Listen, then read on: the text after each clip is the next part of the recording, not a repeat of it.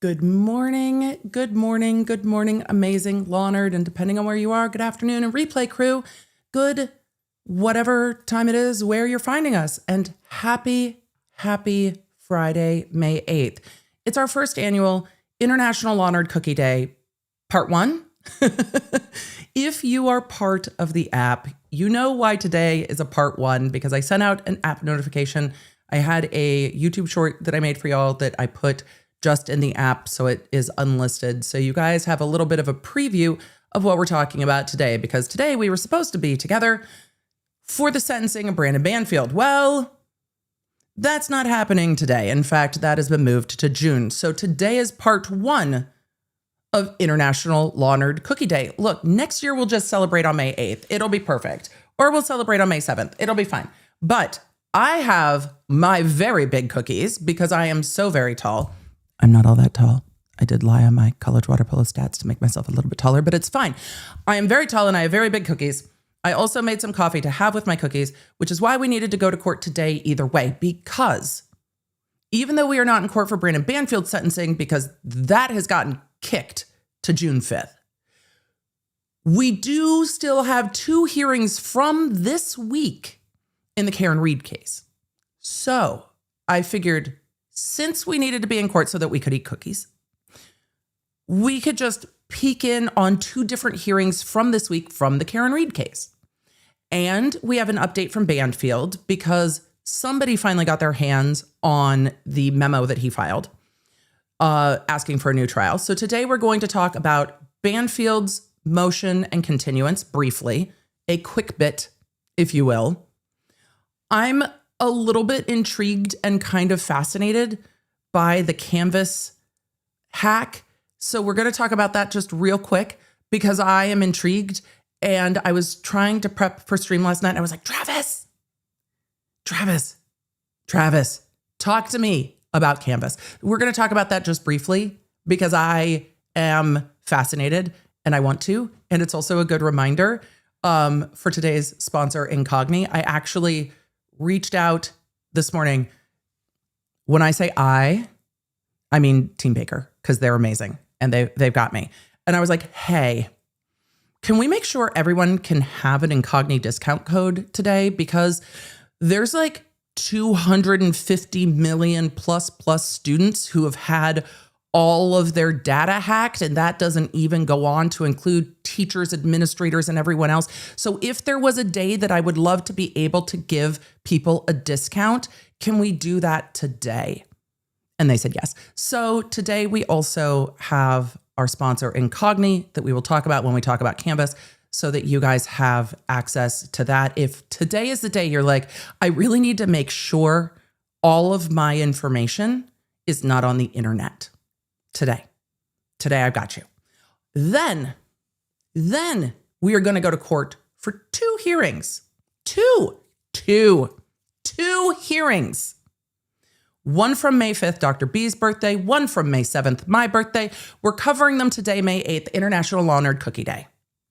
We have so much to do. So we are going to talk about all of those things. So many of you in the chat are affected by the Canvas hack. I am so sorry. I am sorry for you. I am sorry for your IT. I am sorry for the students who are in the middle of finals and probably want to hurl their computers out the window or say, we all get A's then. I am also riveted. It is so many people that are impacted. We're going to talk about it. And for those of you that are like, Emily, Canva? No, Canvas, we'll talk about what it is. It's an academic program used by many high schools and universities, affecting over 9,000 institutions. I think that number's growing, and over 250 million people. I think that's a low estimate of students that are impacted. Everything has come to a screeching halt. Everything has come to a screeching halt if the institution uses Canvas. So we're going to talk about that. All right. Are we ready? All right. Let's roll the intro. We've got court. We've got hackers. We've got, well, big cookies. We need to talk about the big cookies first. Let's go. Hey there, I'm lawyer and legal analyst Emily D. Baker, and this is your go-to destination for live court coverage. I break down the law, the strategy, and the evidence in real time so you know what's happening. No law degree required. So join the law nerds in the chat. They're here for the facts, not and let's get to court. I know, Emily, we've got all the things. Look, when I tell you that I pick sponsors that hook up a law nerd, first of all, the big cookies. We talked about it in April. We'll talk about it again because you still have time with our wild grain. We love them. And Incogni with our data. We've got you covered so that you feel like you've got it covered even when you just outsource it to those who have got you covered. It's necessary. We can't do all things. So we're here. We're just here. Let's talk first about Banfield.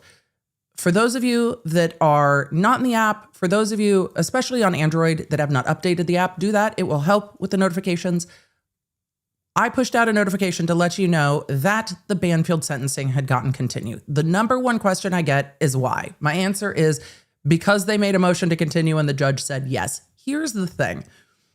This sentencing has to happen before the beginning of July. Judge A wants this sentencing to happen before July 1st, which is her retirement date.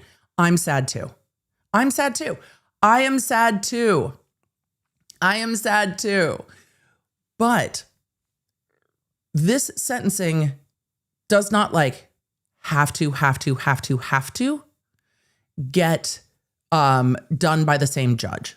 However, Judge A, based on what she said when the verdict came in, is going to push this sentencing forward before she retires. Judge A is like, I'm in on this one. You're not getting another judge. Could another judge do the sentencing? Sure. Is Judge A going to let that happen? No. No, they're not. So we are going to see this sentencing hopefully on June 5th. Either way, I think it's going to come before July 1st. Look, court is dynamic. Our schedules are not the first thing they take into account, as annoying as that is. We built an entire holiday. I think Banfield was just scared of the power of International Law Nerd Cookie Day. Because it's like, I don't know, it's like a Care Bear stare. We've got you, and we've got cookies. Don't come for us. Also, it's May. We're exhausted. And the weather's just start to getting nice. But we've got so much stuff to do. Just don't mess. Just don't. Which is why today is the perfect day for International Law Nerd Cookie Day. So I found an article, one report about the sentencing being continued and what was in the motion that Banfield filed. Remember, I noted that there was where did this report go? All right, there we go. It had auto-populated into something else. Good Lord. So Banfield also filed a motion to set aside the judgment, motion to set aside the verdict. This is similar to the motion that we saw at the end of the prosecution's case. I would expect the same arguments. That's generally what we see. It's a second bite at the apple. It is a necessary procedural step. How is that going to go? But Your Honor, we need to set aside the verdict and get a new trial because A, B, C, D, E, F, G. Thank you for your argument, counsel. Denied. That's how that's going to go. But at least we now have some reporting on what that request is. So let's go to WUSA9. Is this a CBS affiliate? I think it might be a CBS affiliate, but local affiliate, and take a look at what they say is in the motion. Do I have my hands on this motion yet? No. Will we? Maybe. They don't have their documents nearly as accessible. Am I super fussed about it? No. Here's why. A, we have a lot to do between now and June. And B, it's going to be the same arguments that we've already seen. And C, they're going to have the arguments before the sentencing. So we're going to get to just see them argue it again. So do we really need the motions? No, because we're going to watch them argue it again. It's fine. How much more do I want to hear from Banfield? Not much. And yesterday when we did the members only and I was talking about other things going on, which I may or may not mention briefly. Everybody was like, no, we can wait on that, over it for a minute. Same way with Banfield. Everybody's like, we're over it with Banfield. We need him to be underneath a prison. I see you. And I agree. It's okay to give him less attention and just talk about how everyone we know is taller and has bigger cookies. If you did not watch the Banfield trial and you're like, Emily, have I ever seen you go this hard on a defendant? He testified. He brought all of this to his own cookies with that testimony. Because what do you even mean? He's also been convicted. So, what do you mean? Volasi Joe said, I'm so disappointed that I can't eat any cookies today. I had oral surgery yesterday. I'm still on soft food only. We are having a take 2 on June 5th. Do not mess up your oral surgery. Do everything that they tell you. And we will have our part 2 celebration. It's like a 2-part thing. So you can choose your own adventure. And we will have a 2-part celebration. You can do cookies 2 days. You can do cookies just 1 day. It's up to you. You could go cookie adjacent with a chocolate chip muffin. It's all fine. We're Lawnards. We can just do what we want. We're like, it's fine. It's adjacent. We're good. We're doing the best that we can. All right. Brendan Banfield's sentencing postponed after asking for murder conviction to be set aside. Let's see if I can make this fit my screen better. Oh, look, that works. Oh, a whole new world. Look at this. Emily's figured out how to use her screens better. It's magic, I tell you. Magic. Wait, I pushed the wrong button. Damn it, I gloated too fast. Well, we are just days away now before... Nope. We're good. Thanks, ma'am. Convicted murderer Brendan Banfield. Hey, I like this outlet already. They just started with what it is. I don't love the autoplay. but here we are. Fairfax County, Virginia. Convicted murderer Brendan Banfield is set to be sentenced Friday. But before he is, his defense will argue that a jury's guilty verdict should be set aside. They wrote this article before the sentencing got continued. It's fair. They go on to detail the trial, that after a high-profile 3-week-long trial in January, Banfield was found guilty of murdering his wife, Christine Banfield, and a stranger, Joseph Ryan. Someone I will always continue to add in, someone that he lured there to be the fall guy. Because I think that it is fair to make sure that there is no doubt about why Joseph Ryan was in that home.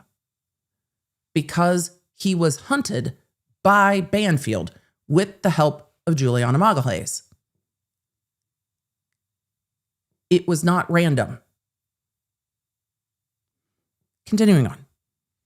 It goes on to say Banfield plotted their deaths with Juliana Perez Magalhaes, the Brazilian au pair entrusted with watching his 4-year-old daughter and with whom he was having an affair.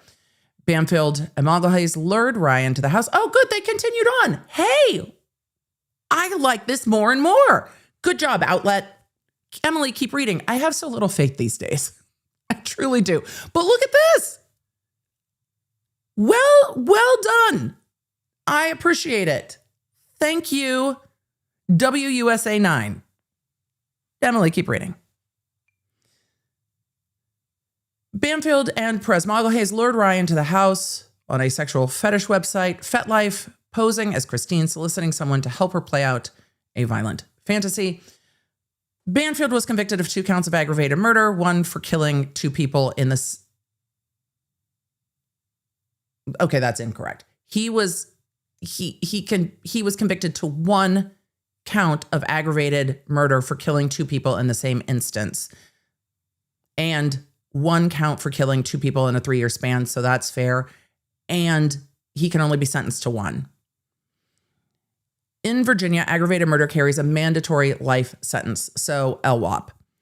In a last-ditched attempt, I really do like the sass of this outlet. I have 10 out of 10s. I have 10 out of 10s. 10s. In a last-ditch attempt, defense attorney John Carroll claimed prosecutors committed 3 errors in Banfield's trial that should be considered to overturn his conviction in a new filing just a week and a half before his sentencing. First, error number 1. Error number 1. Carroll said that Banfield's silence throughout the investigation was used as evidence of his guilt.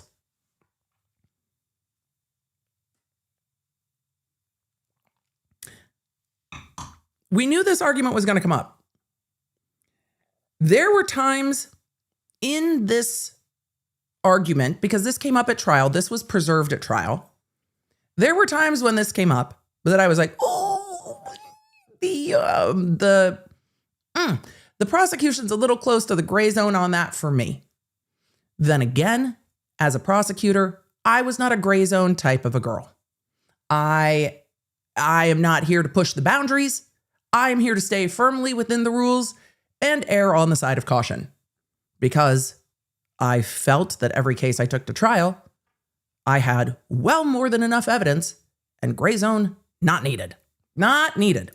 So there were arguments during trial that the prosecution had tread into commenting on Banfield's right to remain silent.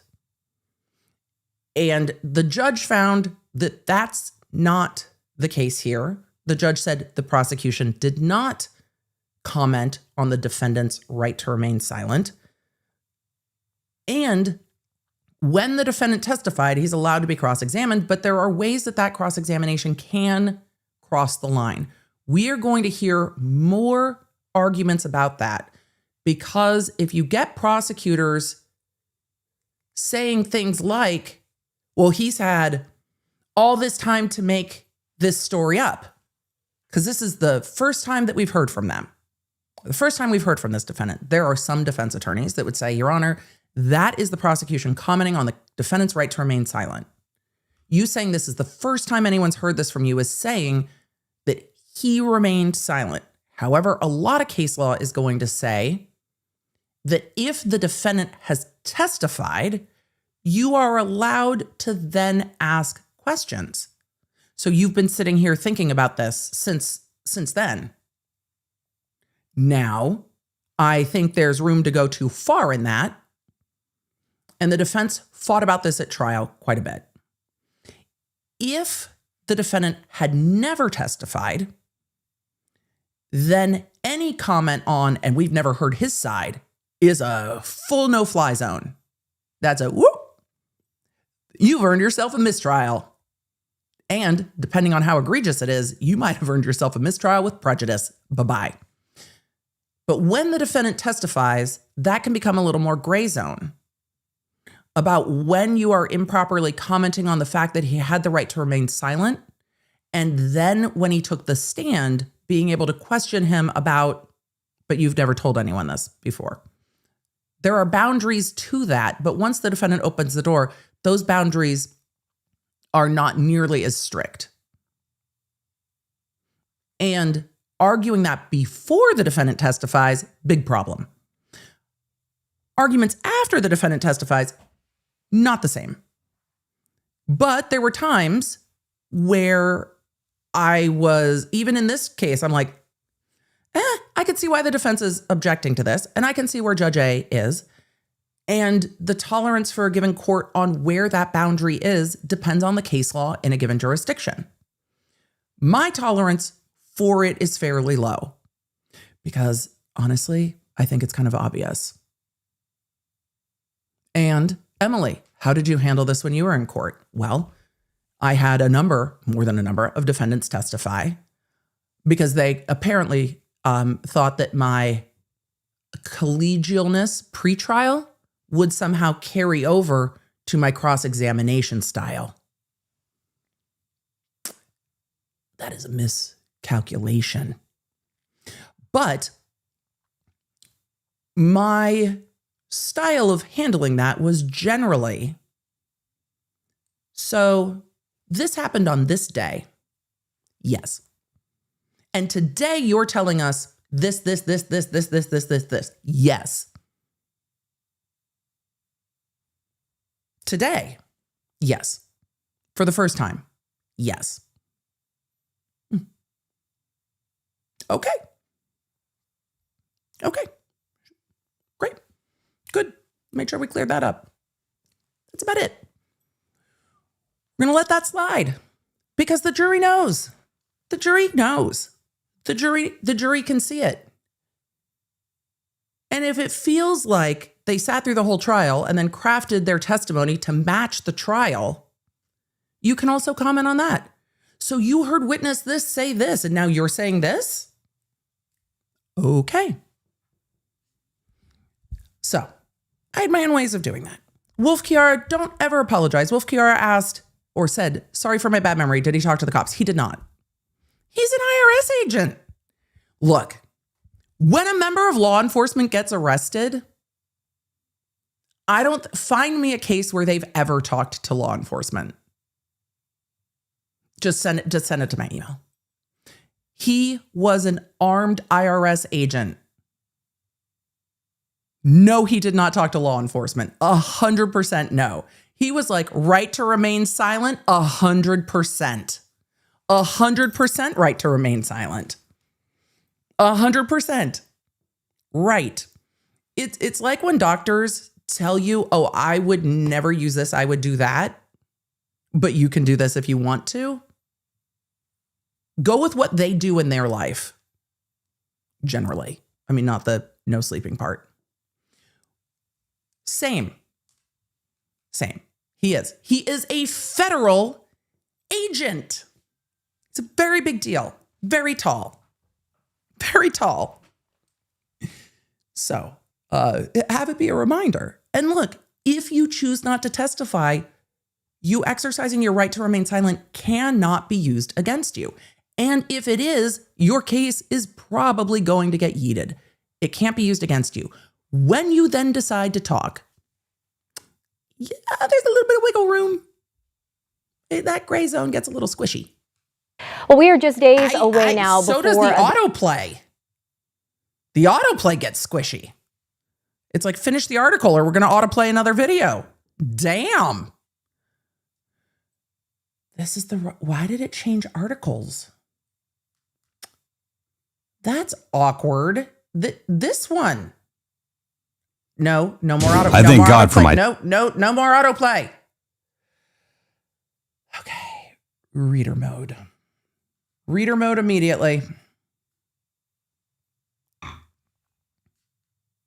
I was complimenting this article and then it just disappeared. Where did the rest of it go?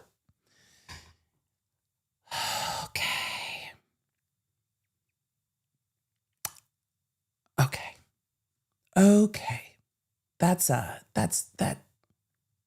This is delightful. We're gonna pull that up again. We're gonna try one more time because I wanted to get to the other 3 points of their argument. Truly, I wanted to get to the other parts of the argument. Apparently, reader mode's not happening. It's fine. Everything's fine. It's perfect. All right. Let's try this one more time. First argument. Look, they're going to make a lot out of that argument. It's probably their strongest argument. The judge denied it once. I don't think it's going to be granted. But when they are preserving things on appeal, that is an argument on appeal that they can make a lot out of. For sure. And that's probably their strongest argument. It is a good argument. It's probably not going to fly, but that's not a frivolous argument. So that's their first argument. Second, they say that, or they go on to say that Banfield's 5th and 14th Amendment rights, they say, were violated by his silence being used as evidence in a response filed by the Commonwealth. She admits she did ask why he did not give his account of events, but said none of her questions violated the constitutional rights. Right, that gets to cross-examinationing, that gets to that gray zone. This is the first time you're telling any of us this.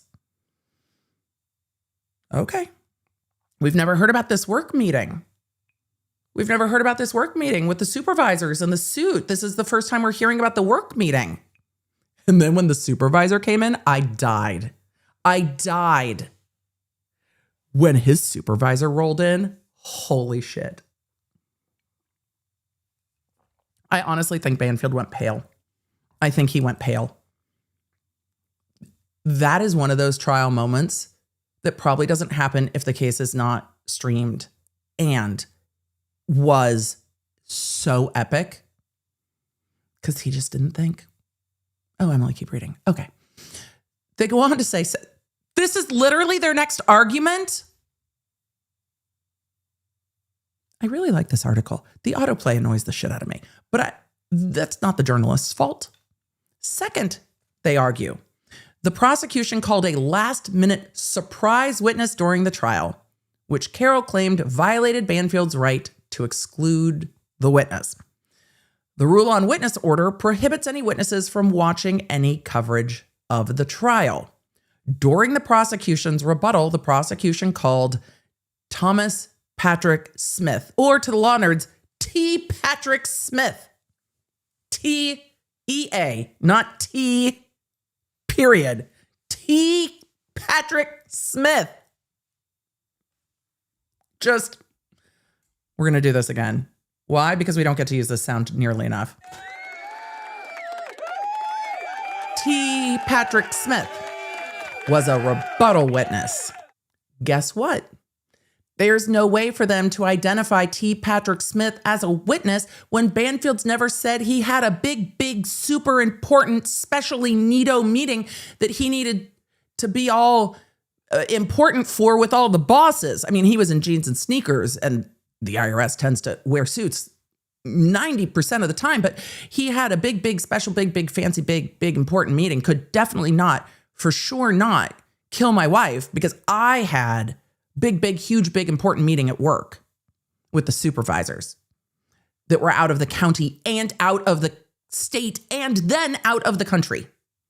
One supervisor out of the country, one supervisor out of the state, one supervisor out of the county on a mission or raid or whatever.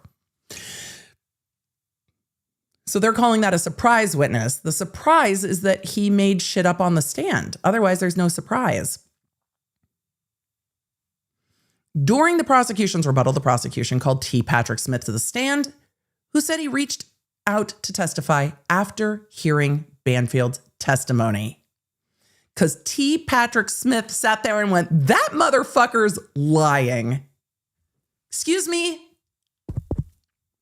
I know that he's lying. Y'all, he's lying.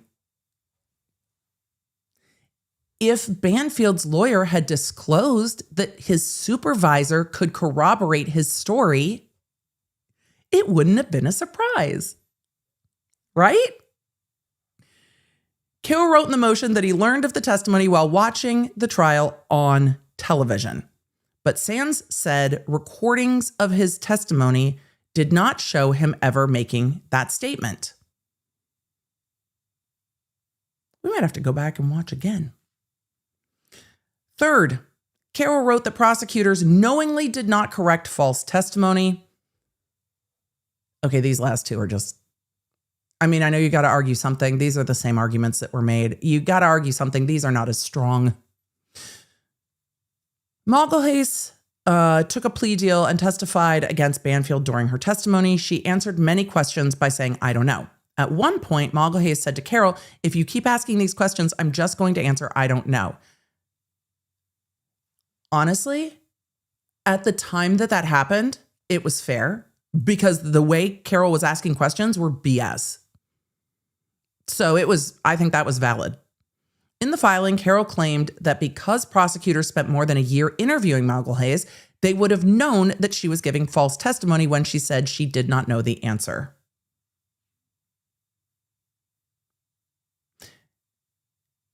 That's a misrepresentation of what went down in his filing.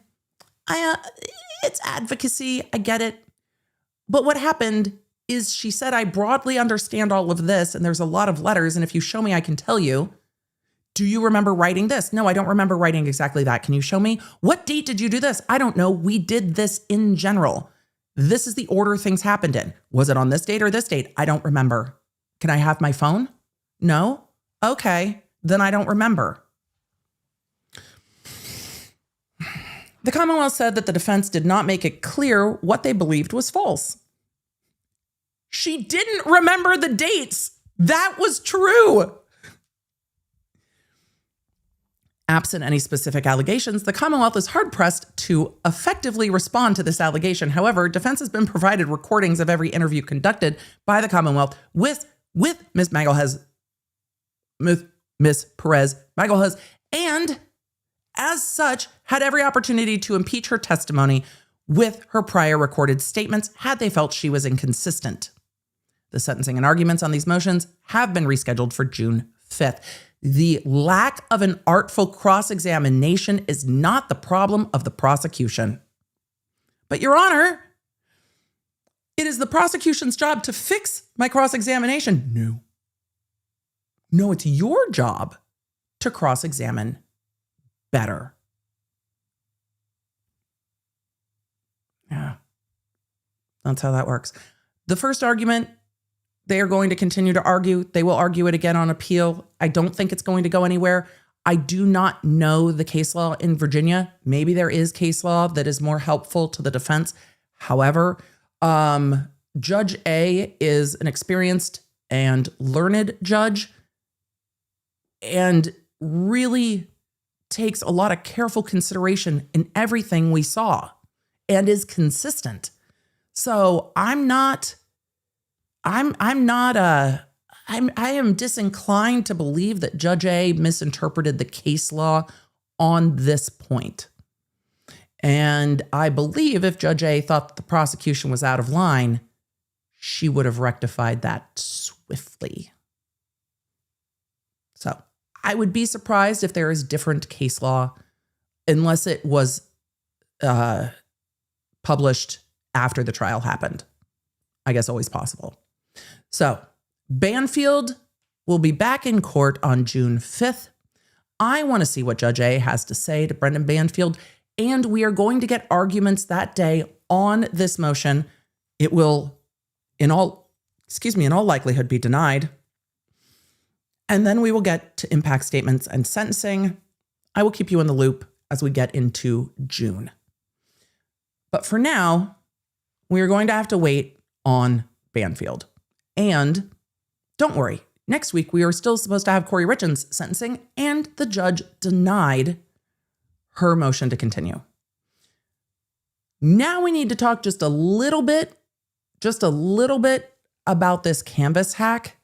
I'm going to take a moment to thank our sponsor, Incogni, for not only keeping my information off the internet, but helping you keep your information off the internet. If you or someone you care about works at, goes to, has gone to a Canvas school, now might be the time to start to look and see how much information, because it is almost 300 million people that might be affected by this hack. And we're going to talk about that in just a minute and who might get sued in all of this, because I'm fascinated. I'm fascinated. I'm fascinated by this entire situation. I am so sorry for all the educators and students and parents having to navigate all of this. Also, I'm riveted. All right. Incogni. Thank you for sponsoring today's stream.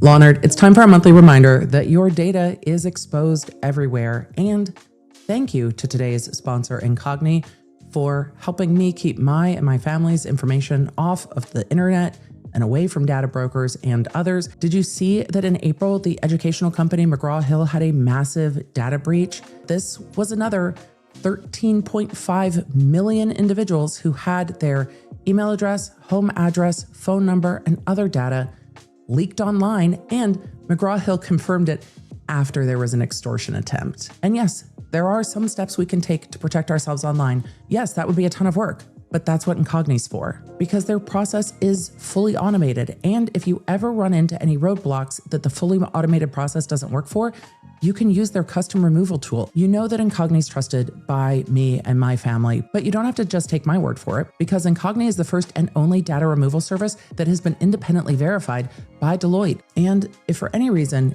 you're not happy with Incogni, they have a 30-day money-back guarantee, so you can try it for yourself and you can cancel anytime. So Leonard, you know it's time for you to check out Incogni, and we have an incredible deal for you. Use code EmilyDBaker at incogni.com/EmilyDBaker to get an exclusive 60% off annual Incogni plans. That's right, 60% off an annual Incogni plan with code EmilyDBaker at incogni.com/EmilyDBaker.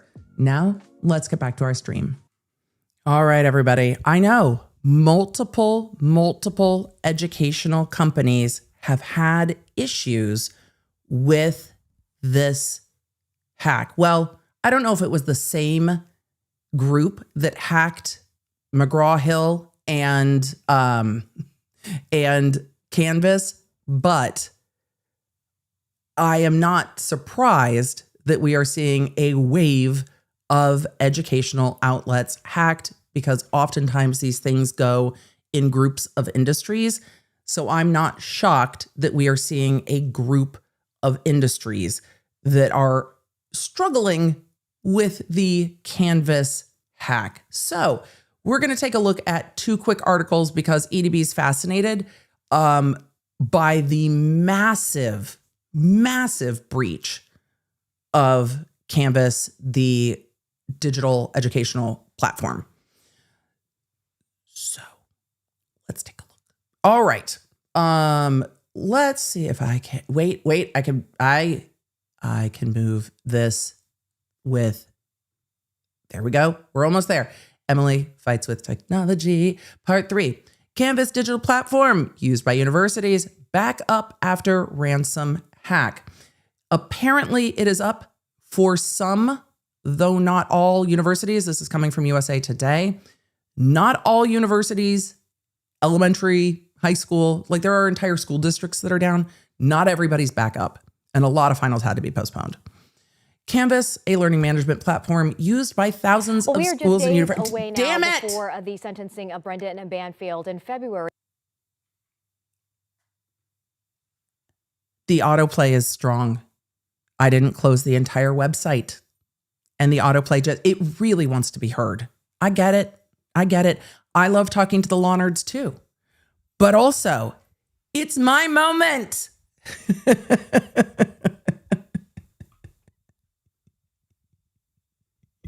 No autoplay. What are we doing?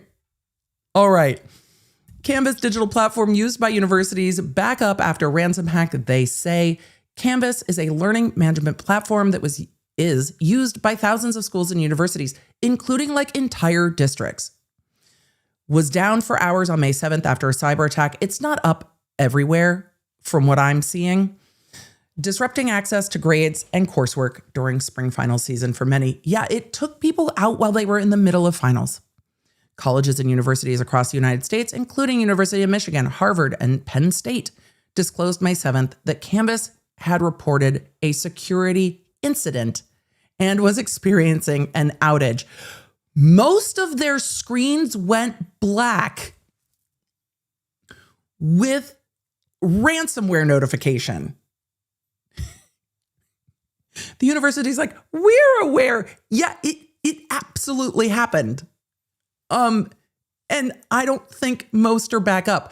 I understand that Canvas is probably reporting that they're back up. Chat is reporting that their institutions are not. So don't worry, we'll pull up what the ransomware looks like. We'll pull up the ransomware screenshot. A security incident is a mild phrase for this. This was a full ransomware attempt or success. Maybe some of the campuses are back up because they paid. The hacking group Shiny Hunters. Emily, are you fascinated by this story because it made you think of Pokemon? Well, partly, but also, A, sometimes these stories tend to get buried. B, we do talk about Incogni every month, and I get to pull up additional data breaches, and I am kind of fascinated. Also, Emily really liked working in cybercrimes and fraud. So in the area of law that Emily is absolutely riveted by, we are. Here we are. Yes, riveted. It is hugely inconvenient.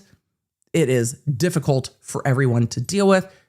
But on the DA side of things, these were the cases that I was just like, tell me everything. How did they do it? What did they do? What are they doing? Yes. When people were going to DEF CON, I was like, tell me everything. I want to know. I want to know everything. I have also a number of friends that became, through their journeys, more white hat hackers.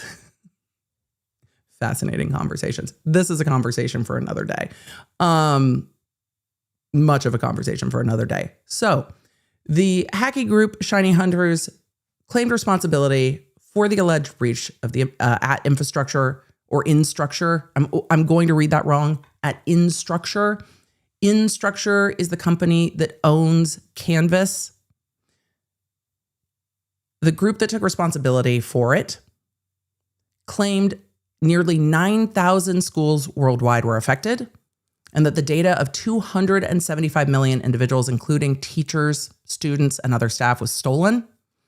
Shiny Hunters gave affected schools a deadline of May 12th to, quote, negotiate a settlement, according to CNN, and told Instructure to pay or leak.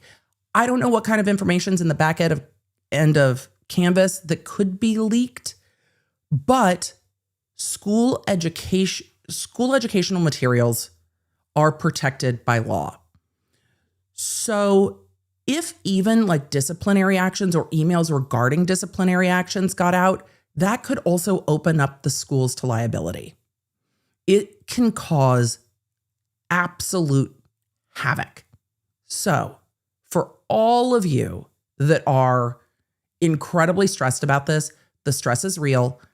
I am so sorry that you're navigating this. Also, I have signed up myself, Dr. B, T, G, my parents, all for Incogni. But this is rough. And this is a fairly large one. This is happening at, well, it seems that most companies connected to Salesforce, because the McGraw-Hill leak was another Salesforce exploit. At what point Salesforce is going to have the ass suit off of them, because not all, but so many of the leaks we've covered lately were due to Salesforce integration weakness. This is going to cause massive issues because the universities are having to scramble. The amount of money it's going to cost them is not insubstantial. And it reminds me that maybe, just maybe, if all of our materials for all of our classes and everything we are doing is digital, there is no backup, and that is a problem. So yeah, Guardian, I know nobody would say anything if they were erasing the student loan debt. Stephen, it's good to see you hacking everything but erasing our student loans. If they were doing that, nobody would be mad. Nobody would be mad. Can schools be held liable if the third party does this? It's going to be really interesting if the schools sue Canvas, what those user agreements look like, what kind of information gets out there, because schools are obligated to keep things secure. There are things that schools cannot disclose. And if those things get disclosed in a cyber leak, I don't know what protections in every jurisdiction schools have. But even if schools get held liable, the schools are going to pull the platform into those lawsuits and say, look, if you're suing us for this information getting out, we are bringing in this company because they're at fault. And so the liability kind of passes through. So the liability can pass through. It also depends on what Instructure and I'm going to keep referring to the company as Canvas, even though that's the product, what the company was aware of, because as we keep reading, it seems that they were made aware of this and did not take enough action to mitigate it. So if the company was aware and then did not take it seriously enough, you've got more problems with liability. This is a fantastic point that I didn't even think of. Thank you. Lindsay in the chat said, instructors own course content. Keep in mind that is now potentially stolen. And if it gets out that now everything from, it seems, many of the major universities in the US get out, is that stuff that's going to also find its way into training other platforms? And then what does that do to everybody's intellectual property? The levels of ripples of mess outside of the immediate stress of this are going to take a while to unwind. Let's continue talking about the story. Hopefully you guys are down for the breakdown of like all of the potential liabilities in this, because this one is kind of sticky and it's a mess. It's a mess. And it is so many individuals' information and like academic disciplinary records, potentially emails between students and teachers, potentially teacher disciplinary. Like there is so much in this that if it gets out, it is going to be a mess. And a lot of times in ransomware, even if your stuff is backed up, they still have all the data. So here's the thing with blackmail. If they still have the stuff, even if one school has paid, the stuff is still there. So we need physical materials in addition to digital materials. That's where I'm at with this. As of May 8th, Instructure said it found no evidence that, quote, passwords, dates of birth, government identifiers, or financial information were involved in the data breach. I don't know if I believe that, because here's the thing. A lot of these databases scramble that so it's encrypted. So it might just be a matter of time before that gets unwound, but also the no evidence, I don't necessarily believe that. It did say names, email addresses, student ID numbers, and messages among Canvas users were accessed. Right. So I don't necessarily believe that passwords, dates of birth, and government identifiers weren't part of this. And the fact that they say, we just don't see any evidence of it yet. Okay. On May 8th, Canvas was again available for most users. Based on chat, that's not entirely accurate. According to a status update on Operator Instructure's website.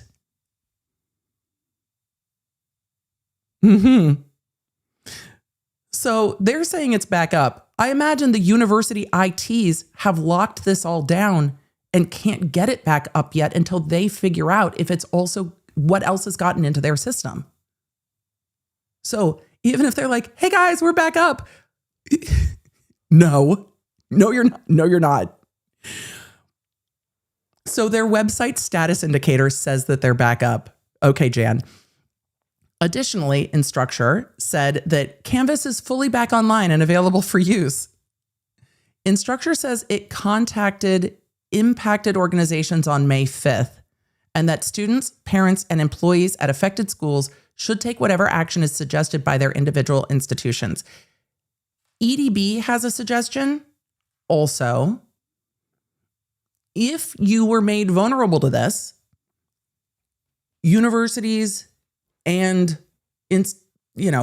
other educational institutions might not have the ability to pay for you to have things like credit monitoring, which happens when there are large hacks of like banks and what have you.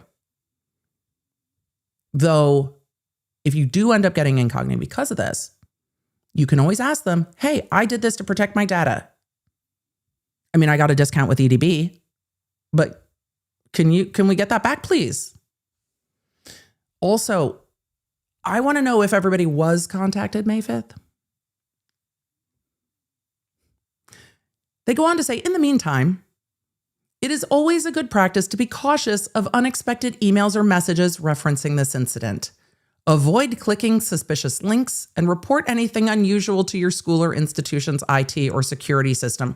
Right, because they're all having the best week ever. And what they have time for is everyone saying, what is this email? The IT department loves this suggestion. I'm being sarcastic.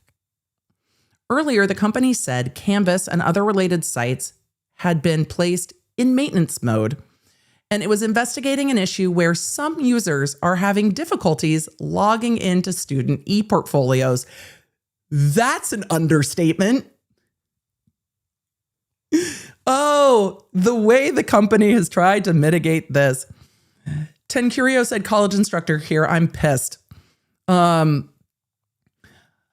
Carlisti said, I was not contacted May 5th. My university might have been, but not me. Yep. And I agree with everyone in the chat who is saying now is the time to put a freeze on your credit so that it has to be unlocked. Yeah. Yep. S. Bailey said, our message, we were notified yesterday with this follow-up at almost 8 o'clock last night. Yeah, so many of you in education are just like, what is happening? I just got a notification and alert about my info on the dark web. Though Melissa says we were contacted on May 5th, which is good to know. It is one out of many. Dr. Purple Dragon Air said, I'm a college professor. My school notified us on May 5th. So some of you got notified May 5th. Some of you didn't. Yeah, fair. Which I think highlights that this is a mess. Also, hey, academia. I say that the law nerds are the smartest chat on the internet. I'm going to continue to be snooty about it because look at how smart you all are and hydrated. You guys are the best. This is a mess. They go on to say that a blog post by cybersecurity company Malwarebytes, that's actually a great name, recommends several additional tools for those affected institutions. Well, you know what I've recommended. Also, yes, multi-factor authentication, but the law nerds already have done that. Hacking group Shiny Hunters claimed responsibility, they say, for the breach, according to a blog post by Malwarebytes. And they said in the ransom note, do we have a picture of the ransom note? Because I have one, but I'd like to see it. Shiny Hunters has a history of compromising global corporations. Reuters reported in April, the group said it had stolen nearly 80 million business records from video developer Rockstar Games. Is this why Grand Theft Auto's not out yet? I didn't even know about that one. Is that where GTA 6 is? Ashley said, we got the email about it at 10 a.m. Pacific today. I am so sorry. I am so sorry. Is 80 million business records from Rockstar Games. Well, now I have a little bit more empathy about where GTA is. Yes, Powari says Karen Reed will get her phones back before GTA 6 comes out. Yes, my child might graduate from college before GTA 6 comes out at this point. Do you guys want to take a look and see if we can find the actual ransomware screen? It's all over social media, but let's see if I can find it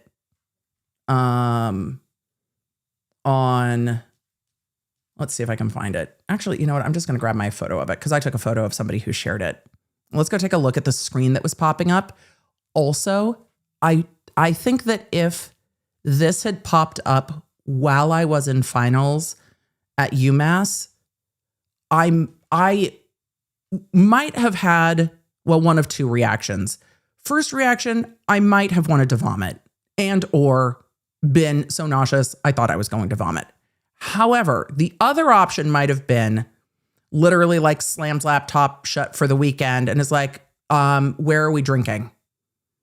Where are we drinking? Like, what are we doing? We're drinking, right? Like, what are we doing?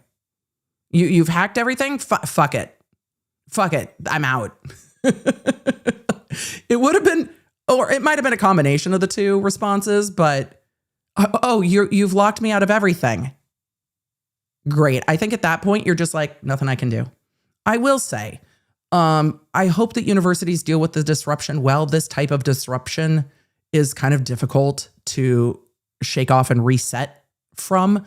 I feel for the students that are going through this. It really is a difficult thing to just now try to reset and get back to class. Just really tough. I will offer a note, though, that sometimes this was all disrupted. We're just going to send it and whatever happens, happens. Sometimes you actually do better because you're not putting any pressure on yourself. So if you are in the situation where this is causing an undue amount of stress, it might be okay to just be like, you know what? We're as prepared as we're going to be. Everybody's in the same boat. Fuck it. It's going to be what it's going to be. It's going to be what it's going to be. Just let it be. Because what else can you do? We can't do anything about this. Fuck it. This is the screenshot that I saw saying shiny hunters. Emily, you've moved it. I learned new things this week. Law nerds, I have new tricks. I'm so proud of myself. Shiny hunters rooting your systems since 2019. Winky smiley face. Shiny hunters has breached Instructure again. Instead of contacting us to resolve it, they ignored us and did some, quote, security patches. Warning, if any of the schools in the affected list are interested in preventing the release of their data, please consult with a cybersecurity or cyber advisory firm and contact us privately at TOX to negotiate a settlement. You have till the end of day, 12 May 2026, before everything is leaked. Instructure still has until EOD, 12 May 2026, to contact us. Download the affected schools list .text. Visit us, and then they link to their website. The fact that the academics are in the chat correcting the grammar, Christine is a 10 out of 10. Christine said, tell shiny hunters that the period goes inside the parentheses in this instance. This is what people were seeing on their computer screens as they were trying to log in. Do not go visit these links. The media has visited the links and downloaded these things. Don't go to these links. Let the media use their like sandboxed computers to do this. The links of schools are elsewhere through other media outlets. But this is what people were logging in to see. This note. Can you imagine? I'm going to study before my exam. I saw individuals say, and again, I can't verify it, but I saw individuals say that this popped up while they were in the middle of taking their exam on Canvas, the platform. What? Can you imagine? Can you imagine? Can you imagine? I can't either. This would stress me out so much. There is one other news article I'm going to share with you that has some interesting breaking news about this morning, about how some other campuses are handling it. So where are we at? For those of you just coming in, Emily is riveted by hackers. We knew this. The hacking group Shiny Hunters, I don't think anything to do with Pokemon, has hacked the educational system Canvas, covering more than 9,000 institutions, entire school districts, universities, including like University of Michigan, Penn State, Harvard, UCLA, and more. I think actually the entire UC system. They say that they have the data from more than 250 million students, teachers, and staff. Students have reported, teachers have reported not being able to access any of their information, including class materials, study materials, exams, papers, etc. The company Canvas has indicated that, yes, messages between users and messages on the platform have been leaked, but maybe not everybody's government ID. They don't see any indication of that just yet. Shiny Hunters also indicated through their website that this was not just done on May 7th. May 7th is when they locked everybody out, but that they had been contacting the institutions that they had been contacting the company Instructure that runs Canvas, that this was an issue. And they say the company ignored them and did a security patch, and they went cute and shut the entire fucking thing down. So I'm real interested to see what the lawsuits on that look like. And I would imagine, Anna Frade said, how about students that already graduated? I would imagine any data that is still held within the Canvas system was exposed, because it looks like they got into the entire system. So if the information is still in the system, then it might be exposed. If the information is not still within the system, then no. I don't know how universities purge past students, because this is wild. So I don't know if you are a past student Canvas user, if your university will be reaching out to you. I do not know enough about how Canvas works to know when universities will purge that data. I do not know. But if we find it, I will keep you posted. So getting back into the next part of this, this is from Reuters.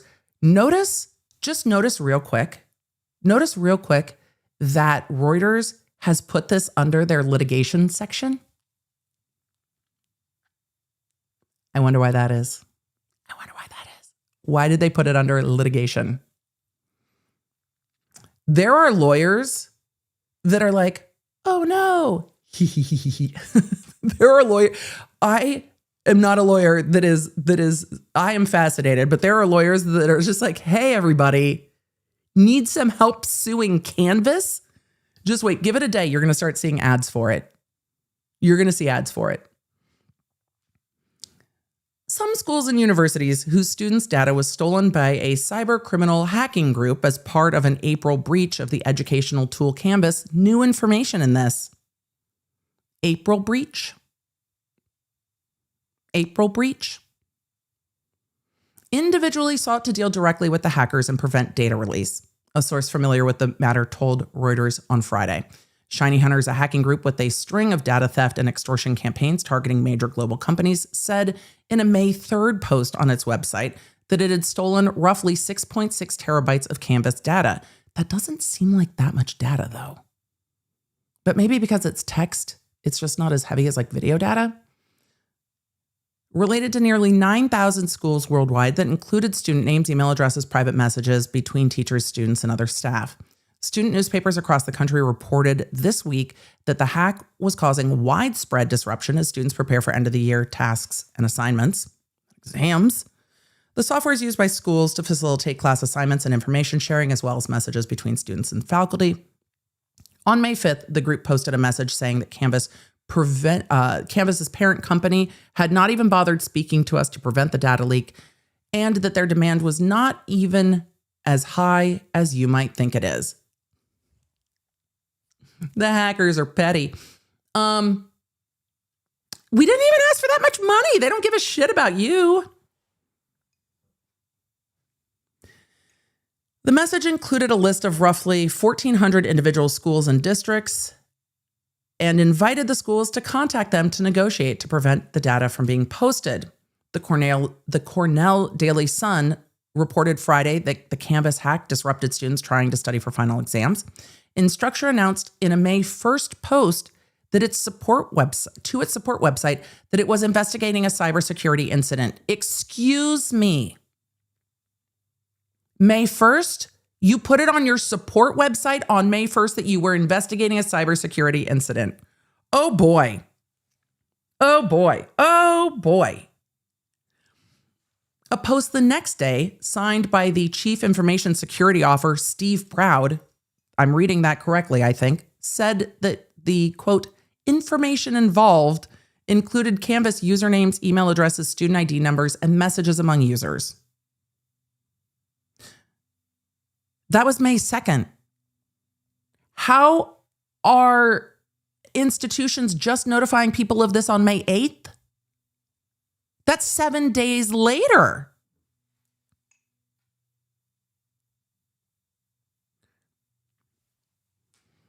In a May 6th update, the company said the situation was resolved and that Canvas was fully operational. You taunted them? Hey, everybody, we fixed it. And then Shiny Hunters went, the fuck you did?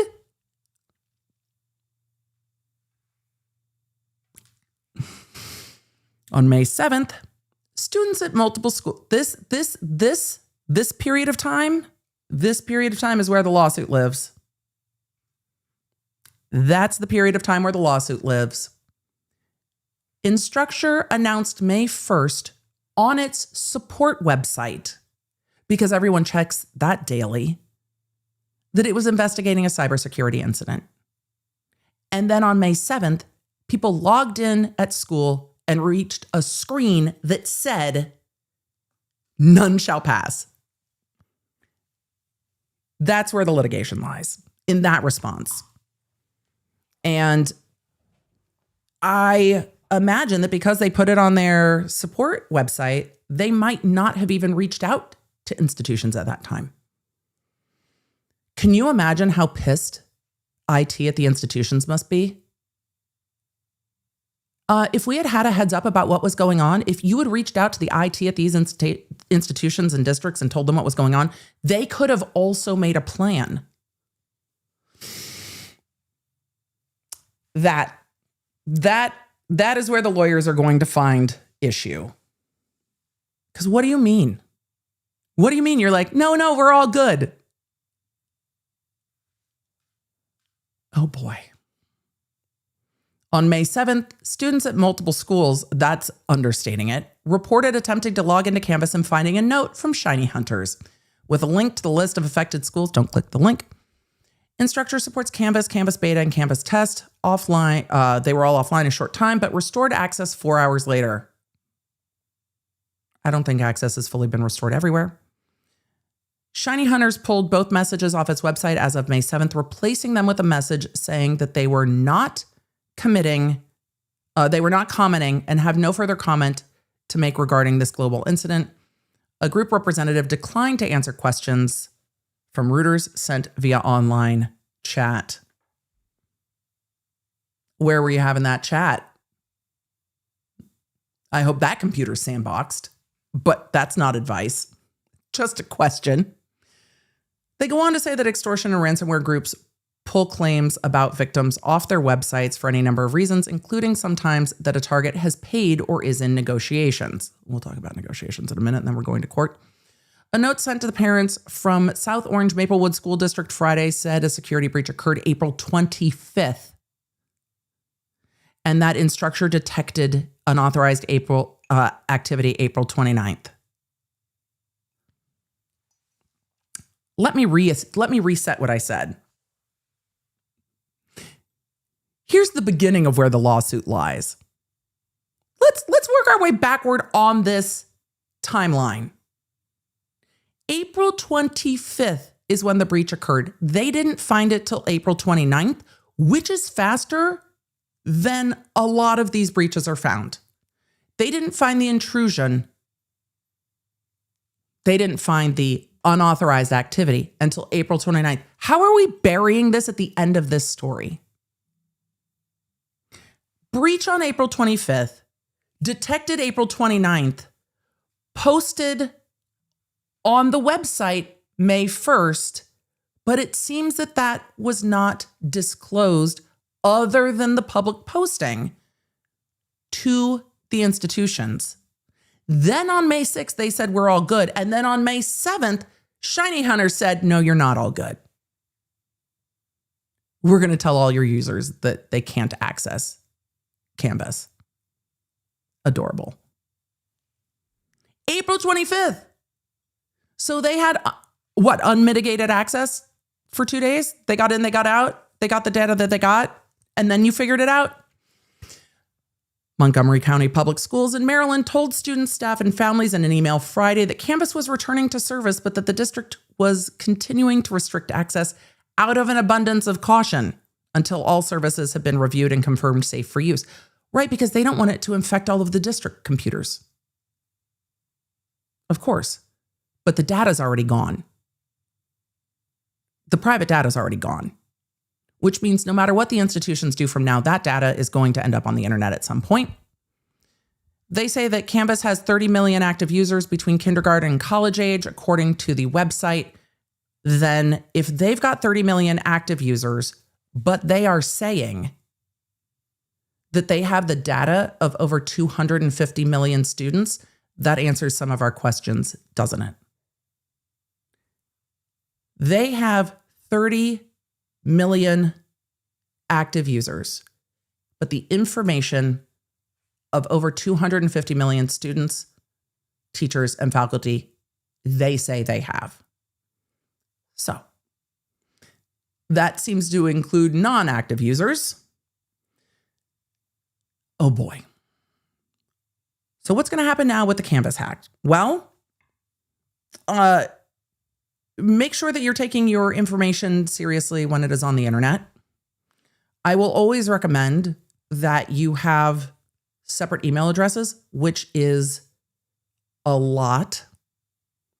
But the email address you use for the school things, the email address you use for like signing up for, I don't know, rewards at Publix or whatever, so that they are at least separated. So if something gets out, it doesn't take everything down. And again, we have 60% off Incogni. It is linked down below, incogni.com/Emily D. Baker. 60% off annual plans. Look, you will be up and running with stuff coming off of the internet before the end of this stream if you do it now. Because they're excellent at what they do. I am so sorry to everyone who's having to deal with all of this. It is hugely stressful, but it is not going to stop happening. As I've said, every time we talk about personal data, security, data security, this is not any longer an if, this is a when. And having one email account for your social media accounts, one email account that you're using for reward programs, if you want to use them for Publix, for, you know, your Sephora points. I'm a girl who loves a points program. Use a separate email for that. One that is professional for work, for school, what have you. Separate them out. I know it feels like a pain. Unified email inboxes are easy. Set the same things up for your kids. If you are using them for rewards and social media, don't use their full name in them. Whatever it is, purple, blue, green, red, 7798. I don't care what it is. You can set up a Gmail for whatever. You can set up a Proton Mail for whatever, but you're going to need different email addresses for those things. It's annoying. However, it is just a reality at this point that that's what you need. Meme Empress said, when exactly did the hack happen? Well, it seems that the hack actually happened April 25th and that they locked everyone out on May 7th. So when I saw this story yesterday, I was like, what is happening? And again, I am really curious if when that information is all going to end up hitting the internet anyway, because this is still truly a breaking news story. Because it's not going to be done. It's not going to go away quickly. And there is still going to be the extortion part of this. And there are still institutions that are going to have to deal with this and students that are going to have to deal with this. But this information will probably find its way out if it has not already. So take a deep breath. If you guys are dealing with it, It's really frustrating to be like, we don't have control of this. I know. I know. But also, there's going to be another one next month. So hang in there, everybody. I love seeing how many of you in academia are in the chat. I am so sorry.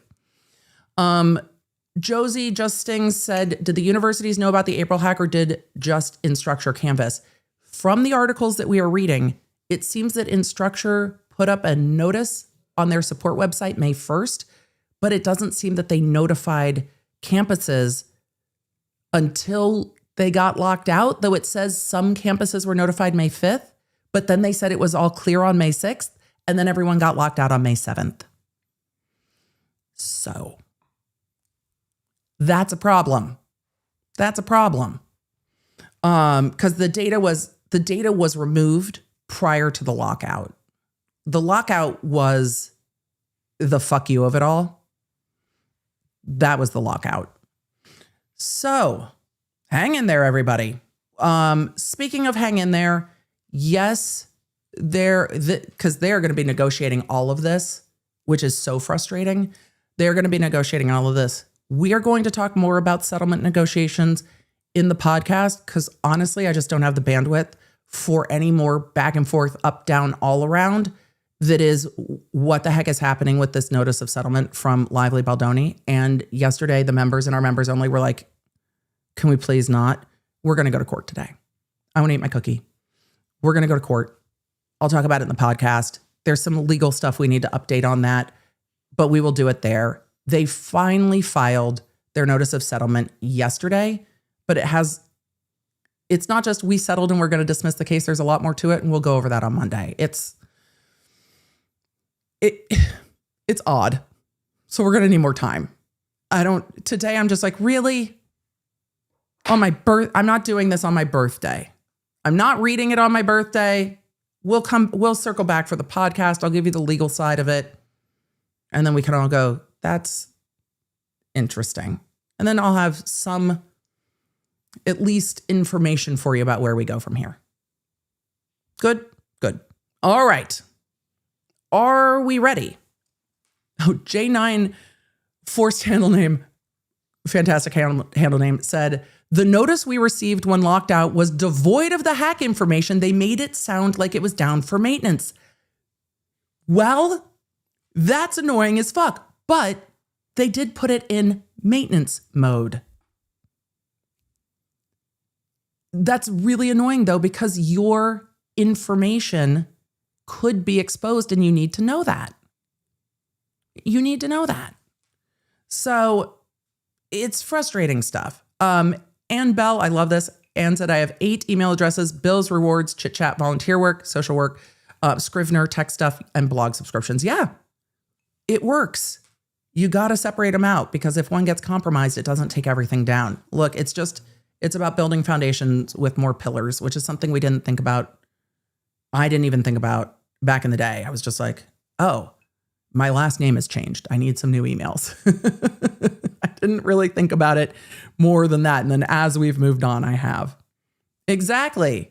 Everyone in the chat immediately, you got to keep them separated. Can I tell you real quick what Travis did for our birthdays? Okay. Blink, blink, blinkety blink.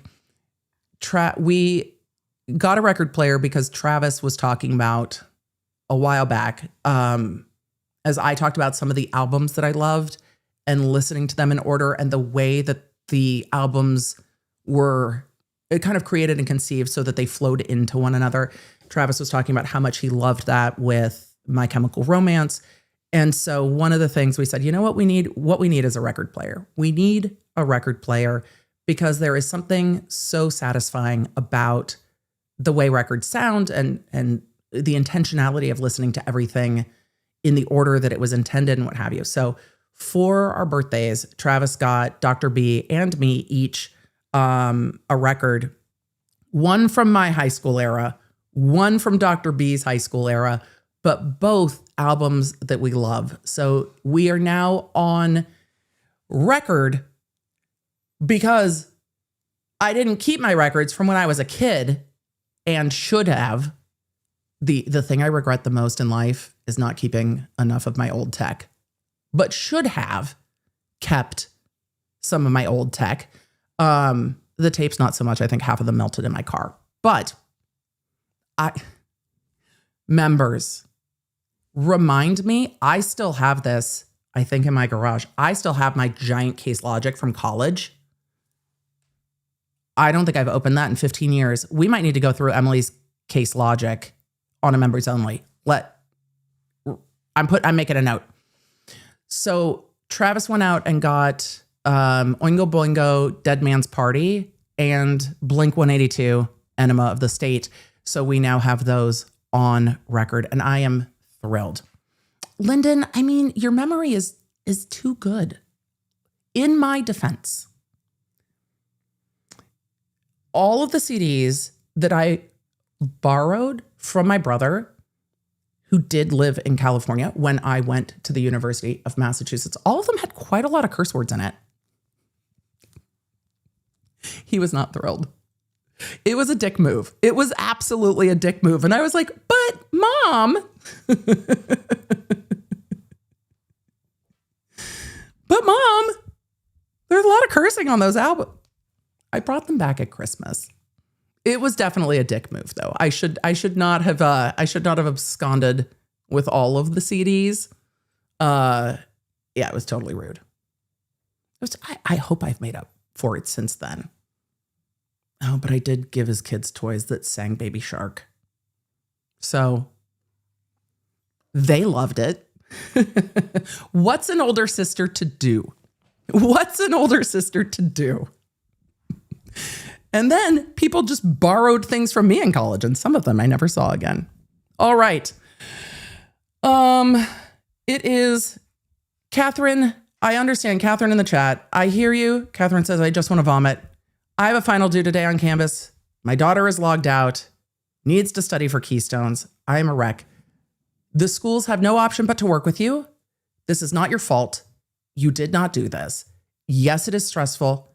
They have to work with you. This is not your fault. If they don't have a plan yet, that is incredibly stressful. But this is not your fault. And they should be working with you. Deep breath. Go for a walk. Look, I had surprise, unexpected surgery right before the California bar exam and had to take a breath and go, well, this is where we're at. That's where we're at then.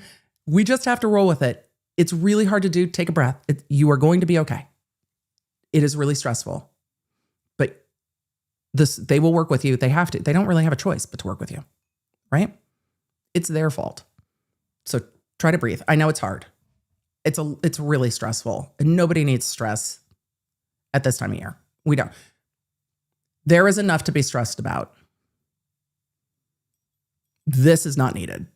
I feel you. They have to work with you. Ready to go to court? Are we ready to just dive into court? Miguelina, will you let the app know that we are moving on to court? Because we have talked a lot today about a lot of things and not court yet, because quick bits are never quick. And now we can go to court. We're ready to go. Let's fly to Massachusetts. Let's all forget the problems of the world and focus on the problems of Massachusetts. Shall we? Shall we just? We're going to run away and go to court together. Memers, this is so fucking cool. Memer said I met Danny Elfman last year. He is so cool. I mean, the music of multiple generations in different ways, I love so much. Also, I went to go see Nightmare Before Christmas at the Hollywood Bowl. And at the very end, he sang a few Oingo Boingo songs. I might cry talking about it. This is my response to music. Normally chills, started crying. I was just like, all I've ever wanted in my life is to see Oingo Boingo live. And this is what we're getting. And I have never been so happy. So happy. So happy. Love it. Also, I love it when music can just make me cry. I'm just like, all the emotions. That's what they intend, right? All the emotions. It's delicious. All right.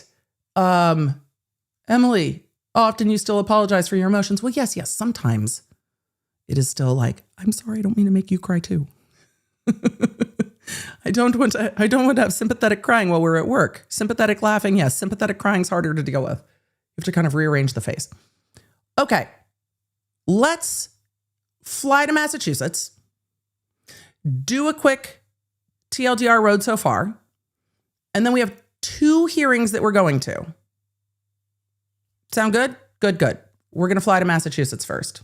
And yes, the vibes have shifted on our flight. It's not because of turbulence. It's because we are entering our rock star era. Don't worry. You're going to want to have the app if you would like to know about the rock star era. Christina, I am so jealous. Christina in the chat said, I remember seeing Oingo Boingo on Halloween many years ago. Dream of my life. Dr. B has done that too. It's amazing. I am jealous, and I am envious, and I love that for you, because what an amazing thing. And wasn't it great to grow up at a time when it was just like Oingo Boingo on Halloween? I know. Also, one day maybe it'll happen. Let's go to Massachusetts, everybody. Let's go.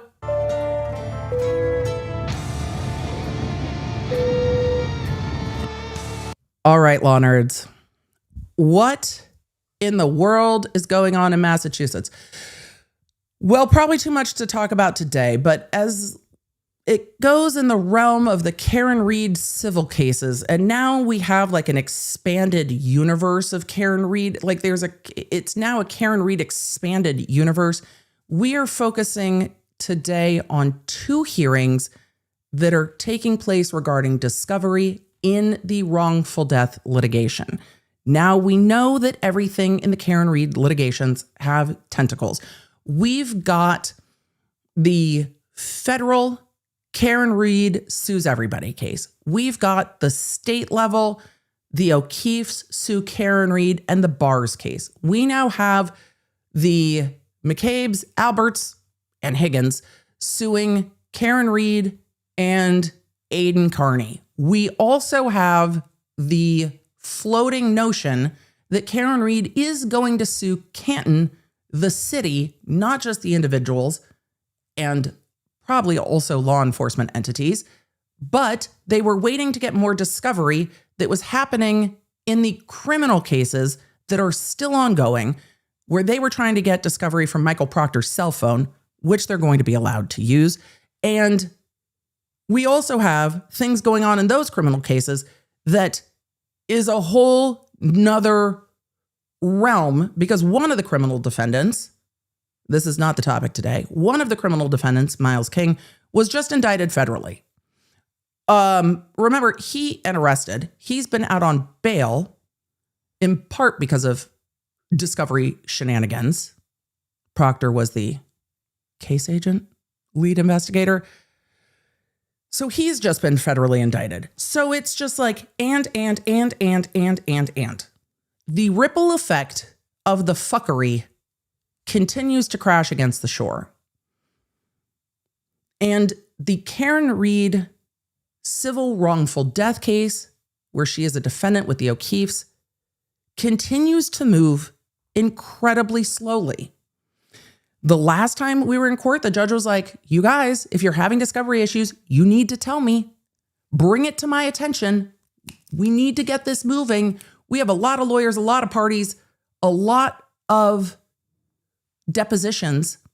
And I think one of the parties, this is maybe being generous, I think one of the parties, or one of the problems for the parties, is that cost becomes something to be mindful of, where you're taking depositions of parties that are now involved in a multitude of lawsuits, and you might not want to take other depositions. So now you have parties trying to intercede into the other cases that have mutual defendants and or plaintiffs, because you need access to all those depositions. It has become a extensive spider web of litigations. The first hearing we are looking at comes from May 5th. That hearing was on calendar to deal with Canton. Remember, there was motions to compel pending. This is the hearing regarding the motions to compel. Then we are going to take a look at the discovery hearing that was then set on May 7th. These are all done on Zoom. The channel, the trial channel, that is what the channel is called. The channel, the trial channel, has them up. So that is where we are grabbing them from. These are all Zoom hearings. And well, I haven't watched these yet. So I'm not sure, well, what's going to happen. But why isn't Canton turning over discovery? And why are these discovery fights still happening? This has been going on for so long. The stay in this case was lifted shortly after Karen Reed's acquittal. A year ago.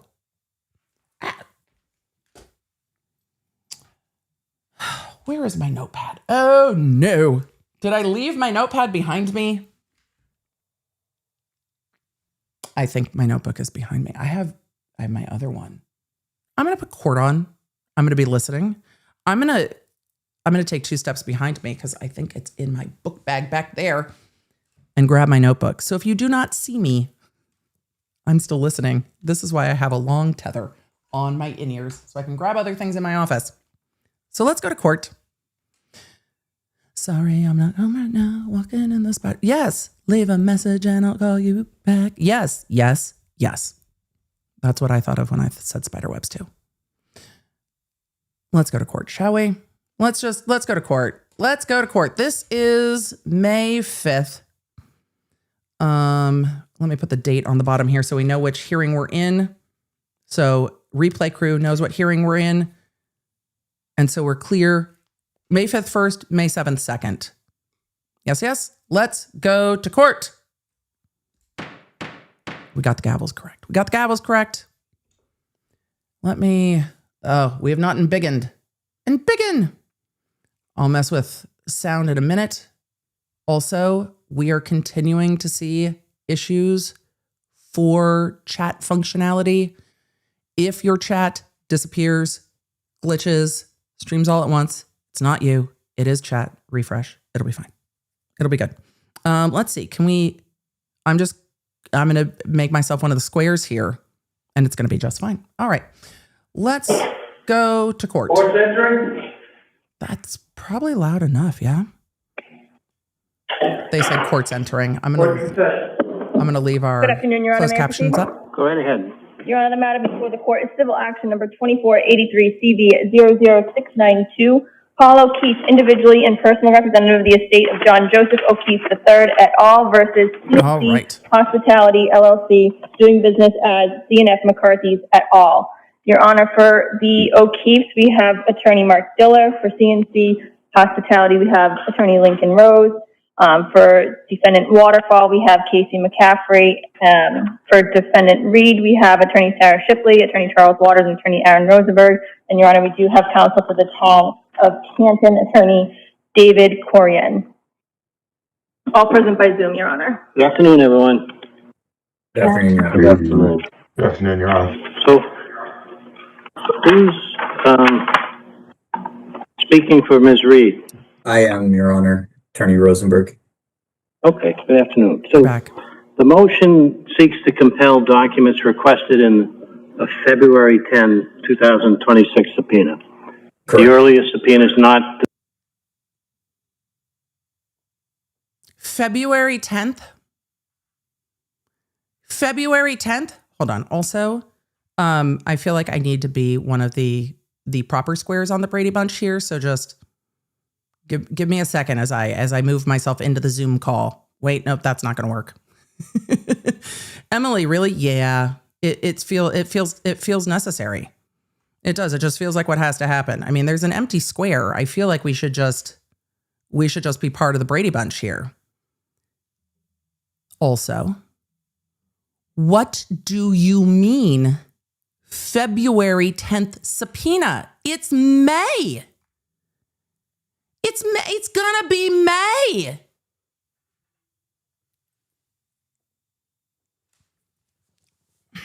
I'm already annoyed. But I'm glad in the way that the attorneys all introduced themselves. I found my notepad. Hopefully it's charged. Continuing on. February 10th subpoena. It's an unacceptably long time. The subject of the motion. Correct. And the subpoena was met with what you characterize as standard Rule 45 objection. Let me ask the town's attorney, your opposition appears to be characterized based on three reasons: scope, relevance, and an ongoing internal investigation. Would you agree with that? Yes, sure. Okay, so let's That was me. So David KK over here, ESQ, represents Canton, and the ongoing IA investigation is regarding Good. And Good's IA investigation is regarding his chats, texts, communications with Proctor. Yeah, with Proctor. So when they got into all of Proctor's texts, there was enough going on in the Proctor texts that Canton needed an IA investigation into Canton Sergeant Officer, for now, Good. And that is still ongoing. But what is Karen Reed's defense in the wrongful death case? I didn't kill John O'Keefe, and this investigation's fucked. So the information, this investigation's fucked, is relevant. Which means the IA investigation with Good regarding Proctor, regarding this case, is relevant.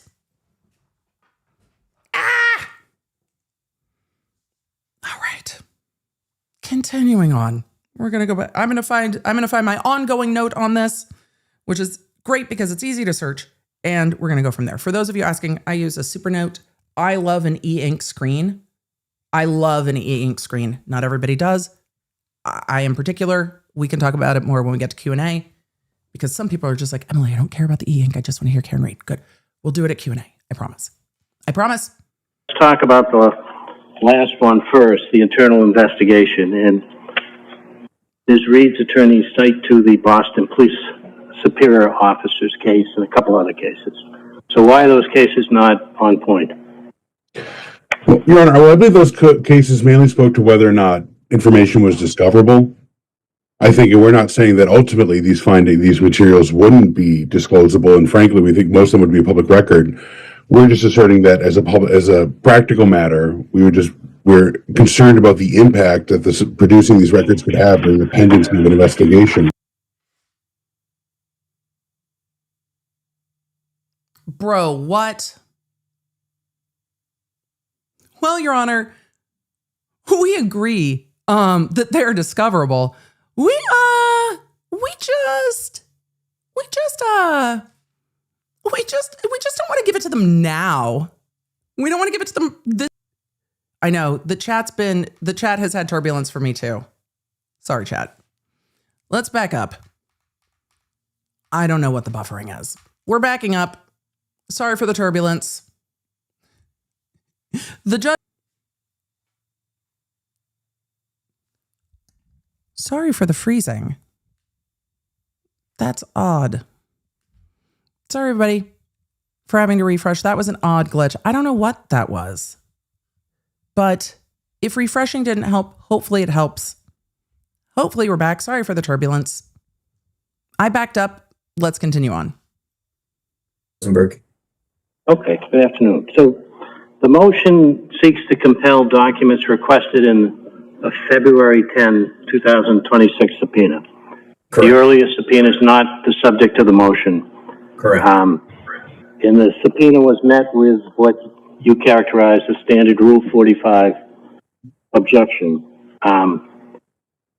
Let me ask the town's attorney, your opposition appears to be characterized based on three reasons: scope, relevance, and an ongoing internal investigation. Would you agree with that? Yes, Your Honor. Okay, so let's talk about the last one first, the internal investigation. And Ms. Reed's attorneys cite to the Boston Police Superior Officer's case and a couple other cases. So why are those cases not on point? Well, Your Honor, well, I believe those cases mainly spoke to whether or not information was discoverable.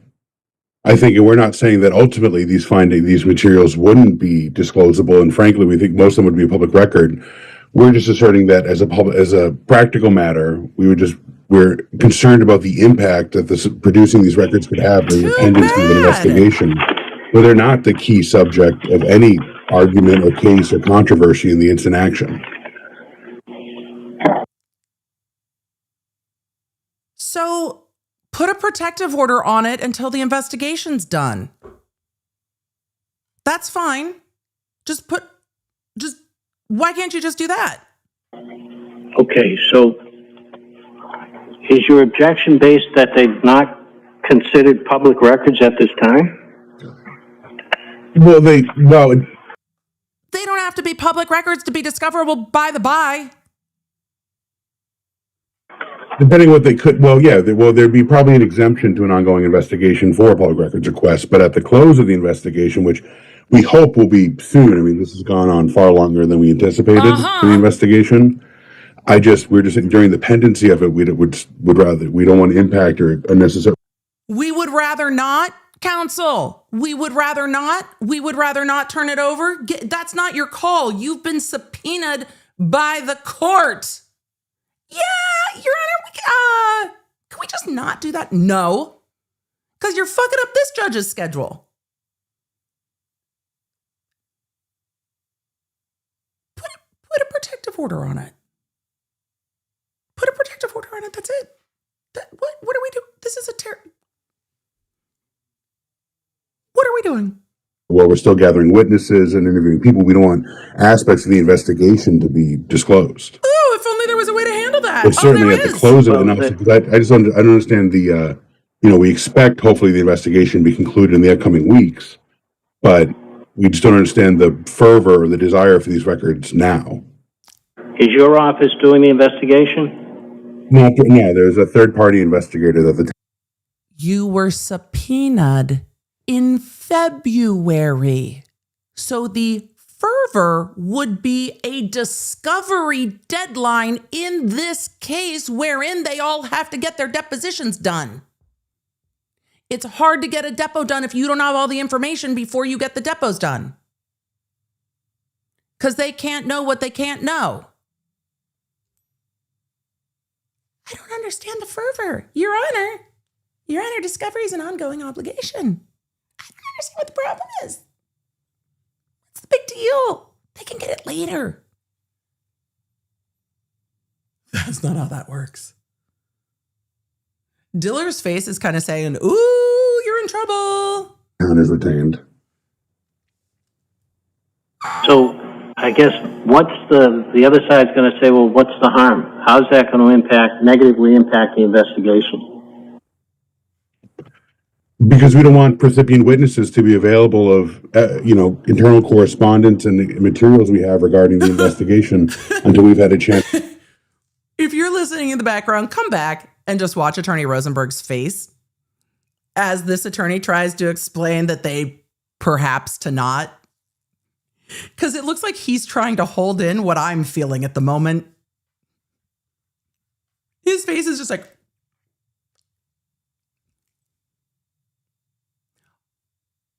but what he said is actually kind of interesting. Because are some of the witnesses in this case perhaps witnesses in that investigation as well? I would imagine, yes. I would imagine there are people that are witnesses in this case that will be deposed in this case, that maybe the concern is that they don't want those individuals to have this material before they're interviewed in this investigation. However, you can carve out protections for that, or you can get those interviews going now. But it looked like Rosenberg was trying to hold back all of the emotions and words, which was hilarious. Well, what's the harm? How's that going to negatively impact the investigation? Because we don't want recipient witnesses to be available of, internal correspondence and the materials we have regarding the investigation until we've had a chance to interview them. So interview him.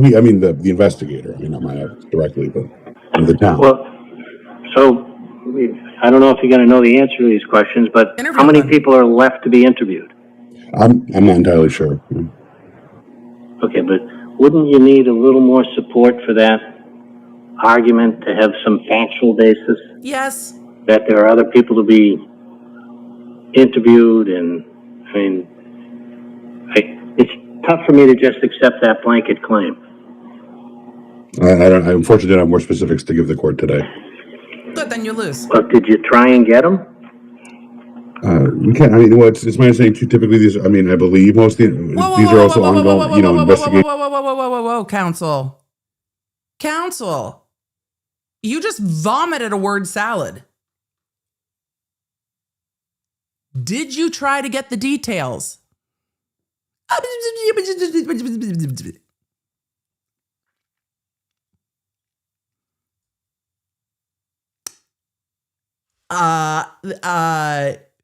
So you came to court on a motion to compel your client, the city of Canton, to turn stuff over, and you did what to determine anything?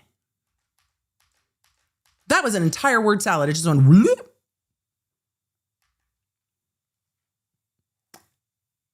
This is going to be an interesting hearing. This attorney was sent into court to just get yelled at. Do you think he sees the pending yelling? Because the court is like, what did you even do? People are left to be interviewed. I'm not entirely sure. Okay, but wouldn't you need a little more support for that argument to have some factual basis that there are other people to be interviewed? And I mean, it's tough for me to just accept that blanket claim. You need more info. I unfortunately don't have more specifics to give the court today. But did you try and get them? We can't. I mean, it's my understanding too. Typically, these. I mean, I believe most of these are also ongoing. Investigations develop and modify as they proceed. But I don't have a current potential future witness list for the investigation before me. Well, let me ask another way. Did you try? What specific case or statute would you like me to look at to support the town's position? We don't have one specifically, Your Honor. It was just more of just as a practical matter. The town just wanted.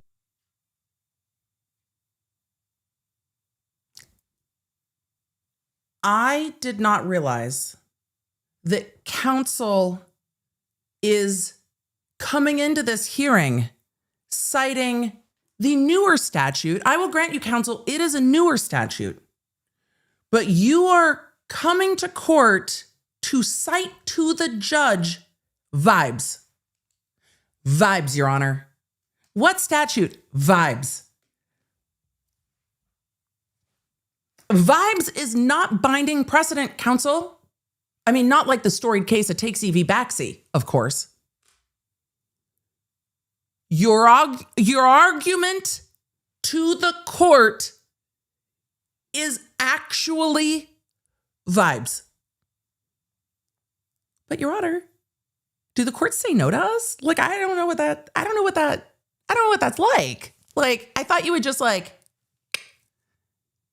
do us a solid. The court's like, are you citing me law or statute? Well, no, I just figured that the court would just understand that we don't want to, because it seems like an issue. So we just vibes. We don't want to do that.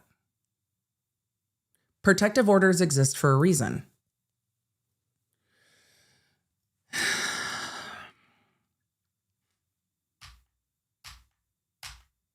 Counsel would have been better just asking for a well-crafted protective order.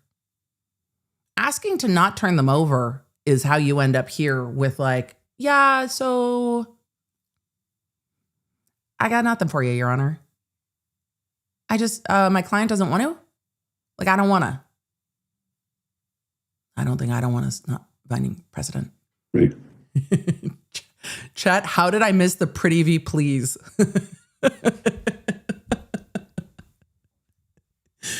Yes. Yes, chat. Yes. Citing pretty V please. Yes. Yes. With the blink, blink, blinkety blink. Uh-huh. Well, let me ask another way. What specific case or statute would you like me to look at to support the town's position? We don't have one specifically, Your Honor. It was just more of just as a practical matter. The town just wanted to express its concerns about impacting a current investigation while we were conducting it. Could we just? Okay. All right. So let me ask Attorney Rosenberg. Your memo addresses the ongoing investigation.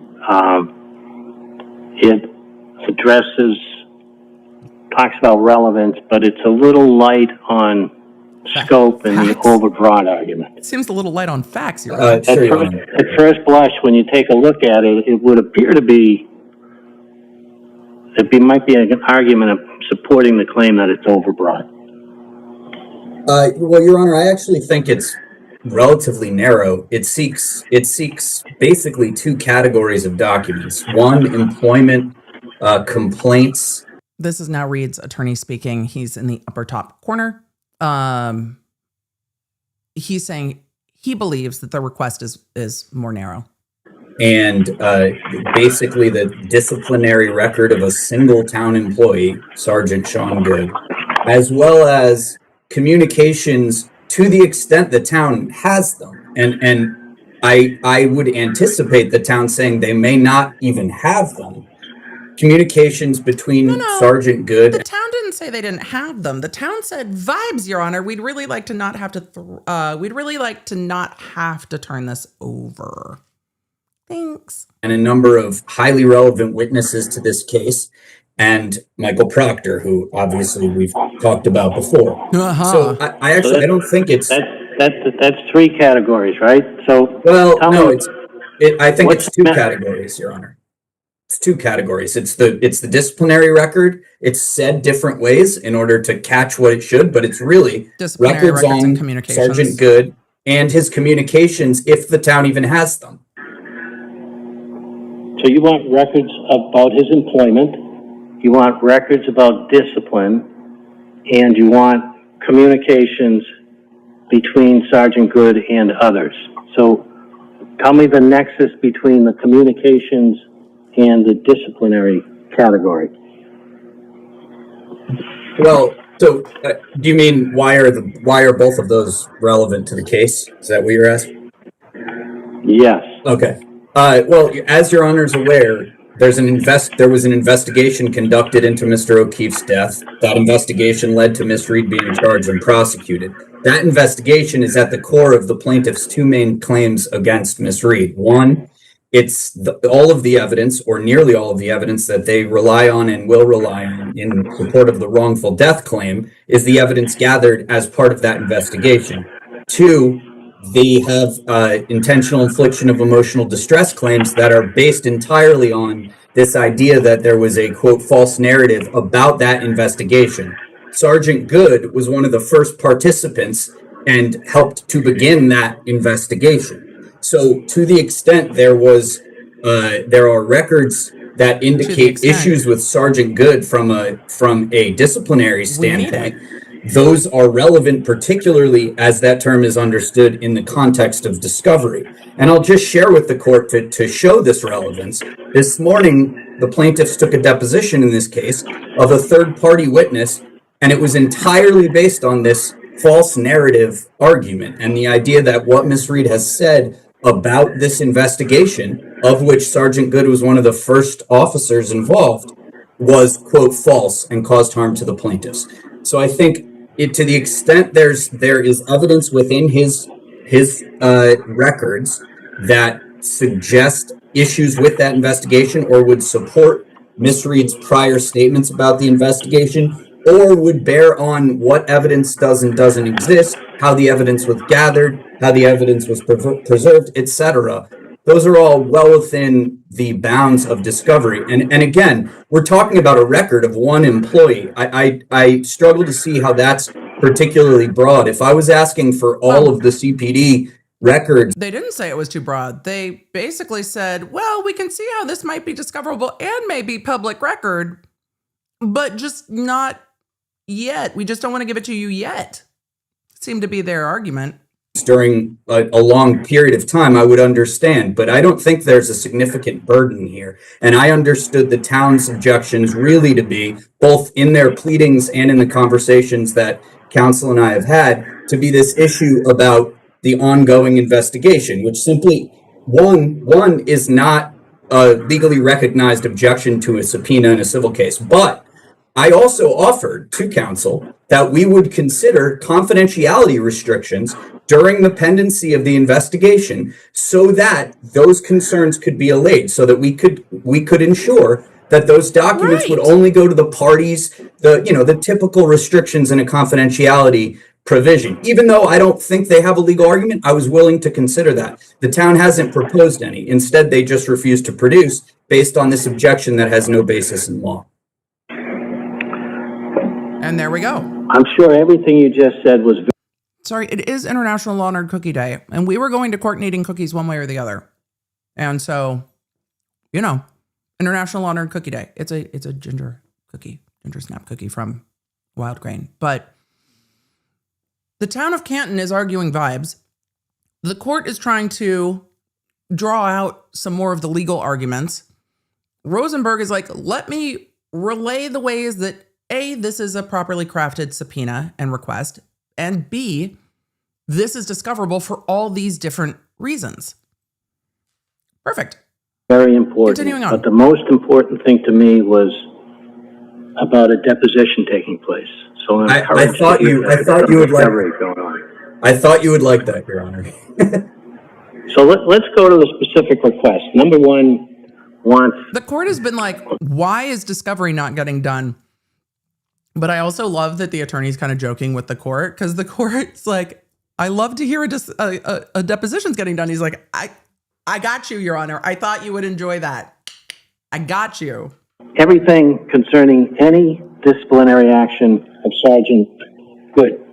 I don't know how long Sergeant Good's been an officer, but how can that not be considered narrow enough? How is it not overbroad? Any disciplinary action. Your Honor, if there was Does a the court burden want it issue narrowed that in the time? town identified for us or the court and said, what you've requested here, You made the request, so just tell me how that's not overbroad. well, Your Honor, if there's a file for Sergeant Good, one of the first officers who showed up at the scene, and it has 5 disciplinary records or 5 complaints, if that's over the course of 15 years, that's not a burden on the town to gather and produce that file to us. However, How is a disciplinary matter 15 years ago relevant? well, first of all, the events of this case took place 4 years ago, right? And if there was a history, just say, I have no idea because I haven't seen them, but let's say there is a history of complaints and discipline or other things like that that suggest the types of things that Ms. Reed has claimed time and time again occurred in this investigation, that would certainly be relevant to her defenses. Now, I can't tell you that's what's in the files, of course, but I think that the request is well within this scope. If the town said that was an undue burden for some particular reason, And they didn't. I would be willing to consider what we would need to do about that, but that has not been the claim from the town. Right. So the court's asking questions that the town didn't raise.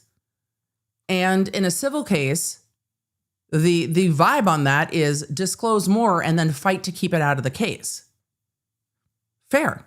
And that would go for 2 as well, Your Honor. If there are allegations of alleged misconduct or complaints about Sergeant Good that relate to the types of things that were part of what the plaintiffs deem a quote false narrative that Ms. Reed said, then that would be relevant to whether he participated in the investigation and basically started the investigation in a similar manner as he had been reported to do in the past. These are hypothetical, I recognize that, but there's no way for us to know. That's why discovery exists.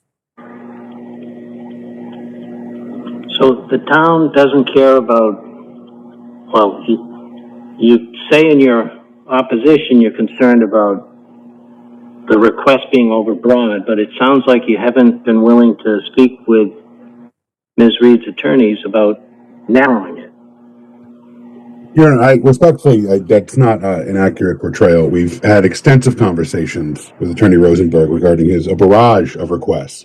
Actually, since the pendency of this motion, we actually got issued another subpoena and a draft motion to compel from Attorney Rosenberg, which the parties were able to, I believe, resolve without the intervention of the court. Barrage is such a Part of our strong frustration word. and our objection. Part of their frustration is that you haven't turned over discovery. He's like, we've had a barrage. Well, if you turn it over, they'll stop asking. It's like, Your Honor, they keep asking me for the same thing. Right. And they're like, and you keep not giving it to us. So yes, we keep asking for it because you keep not getting. See how that works? Do you have it now? What about now? The town of Canton's like, are we there yet? Are we there yet? Are we there yet? Are we there yet? Are we there? Turn it over. They'll stop asking. Was, and Attorney Rosenberg, he keeps downplaying or obfuscating the subpoena. It's extremely broad. Our entire conversation with Attorney Rosenberg, we had multiple back and forth emails and communications seeking that he wanted to that the scope was simply about the current investigation and investigation materials regarding Sergeant Good. That's the not what moment you we get the said. subpoena, however, it's this extremely broad request for a myriad of records completely unrelated to the current investigation. That was in part one of our frustrations with the request, is that we're blindsided by the broad nature of this request. It wasn't a good faith effort Was by that your Attorney motion? Rosenberg at all. I'd also highlight to the court's observation that, requests 1 and 2 are not only extremely broad as they cover all aspects of discipline, but I guess also so. it's not just limited to disciplinary records. Note that the defendant's counsel is seeking all records, communications regarding any town email record or communication regarding any discipline. So it's not just So you are physical arguing copies that of it's records of overbroad. discipline, which, again, if that was simply the request, frankly, most of those would be a matter of public record anyways. We'd be amenable to produce those. But he's not asking for copies of records of discipline. Well, He's asking- why didn't you produce them? Why didn't you talk to them? I mean, frustration is not a valid reason for me to deny a motion to compel. 'Cause vibes, Your Honor. Also, this was not the town's initial argument in their oral argument today. It might be in their motion that it's overbroad, but the court brings that up and they're like, yeah, that too. The first thing they argued at this hearing was, we agree. The attorney for Canton started with, we agree that this is discoverable. We just don't want to turn it over yet. And then we got all the way back to, Your Honor, they're bugging me with so many requests and it's overbroad. That was a wild switch up in the middle of this hearing. Okay. And the judge is like, what are we even doing? would be a matter of public record anyways. We'd be amenable to produce those. But he's not asking for copies of records of discipline. Well, He's why didn't you produce them? Why didn't you talk to them? I mean, frustration is not a valid reason for me to deny a motion to compel. Facts. And Your Honor, if I can just briefly address that, we had many conversations prior to this subpoena being Hang on, served. Attorney Rosenberg, hang on. Go ahead. Let Go me ahead. finish. So, if you would produce certain things, why wouldn't you talk about what you would produce and try and narrow the areas of disagreement? Because it seemed clear that wasn't going to be productive, Your Honor. We've had What? a barrage of... Well, tell you what, we're going to see whether it's productive. So, I'm going to give you a chance to do what you're supposed to do under the rules. And while you're doing that, I'm going to ask you talk about this barrage of correspondence. Oh, the judge. I like the way the judge has responded to this. The judge is like, why aren't you handling what could be handled and bring me the things that you can't agree on so we can narrow it down and then I can help with the handful of things you can't agree on. We agree most of it's discoverable, then give it to them. And then you can come back with the stuff that you can't agree on. I love that the court's like, stop talking. Go turn over discovery. Come back when you have another disagreement. I love I'm going to give you an opportunity to do what you should have done in March. Psst. Get out. Yes, chat, if it feels like the judge is trying to mitigate a fight between hangry toddlers, well, yeah. For all of you that are like, why is this giving Mom, he's touching me vibes? Right. It's a barrage. It's a barrage, Your Honor. Well, why didn't you turn over what you agreed on? Well, because it was a barrage. And we don't think it'll be productive. Okay, well, we're not here on vibes. So can you turn over the discovery you're obligated to turn over then? Get out. Go turn over discovery. How are the areas of disagreement? Because it seemed clear that that wasn't going to be productive, Your Honor. We've had a barrage of... Well, Rosenberg disagrees. tell you what, we're going to see whether it's productive.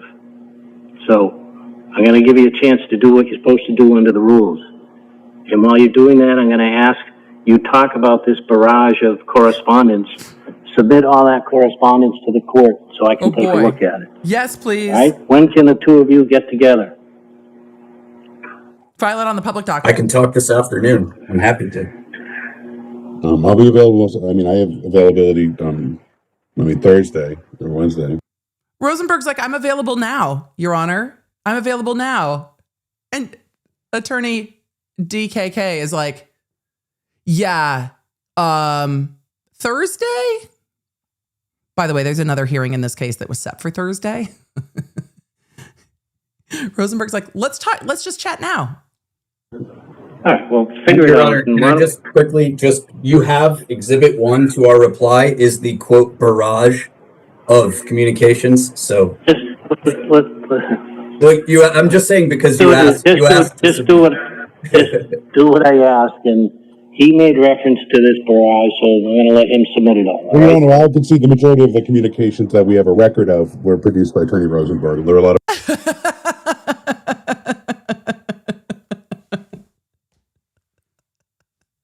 Your Honor, I conceded. The majority of the communications are what was provided by Rosenberg, who's now just laughing. Cause right. Oh my goodness. Do what I asked, and he made reference to this barrage, so I'm going to let him submit it all. Well, Your Honor, I can see the majority of the communications that we have a record of were produced by Attorney Rosenberg. There are a lot of phone conversations and other matters. Right, so that's the barrage, Your Honor. That's what I'm saying. So those are in the reply? Those are in the reply? Correct. Exhibit 1 to the reply. All right, so if there's something else you want to submit it. So why don't we reconvene this particular discussion next week sometime? What looks good, Clerk Donovan? 1 second, Your Honor. Oh boy. We do have that status conference until Thursday at 3 as well. No, let's keep it separate, because look, we only have 5 attorneys or 6 attorneys here. You sound excited about that, Your Honor. Yep. A little easier. There's a lot of attorneys in this We case. could do either next Wednesday or Thursday afternoon. Wednesday or Thursday, let's look, hang on. 13th or 14th. Not the 13th.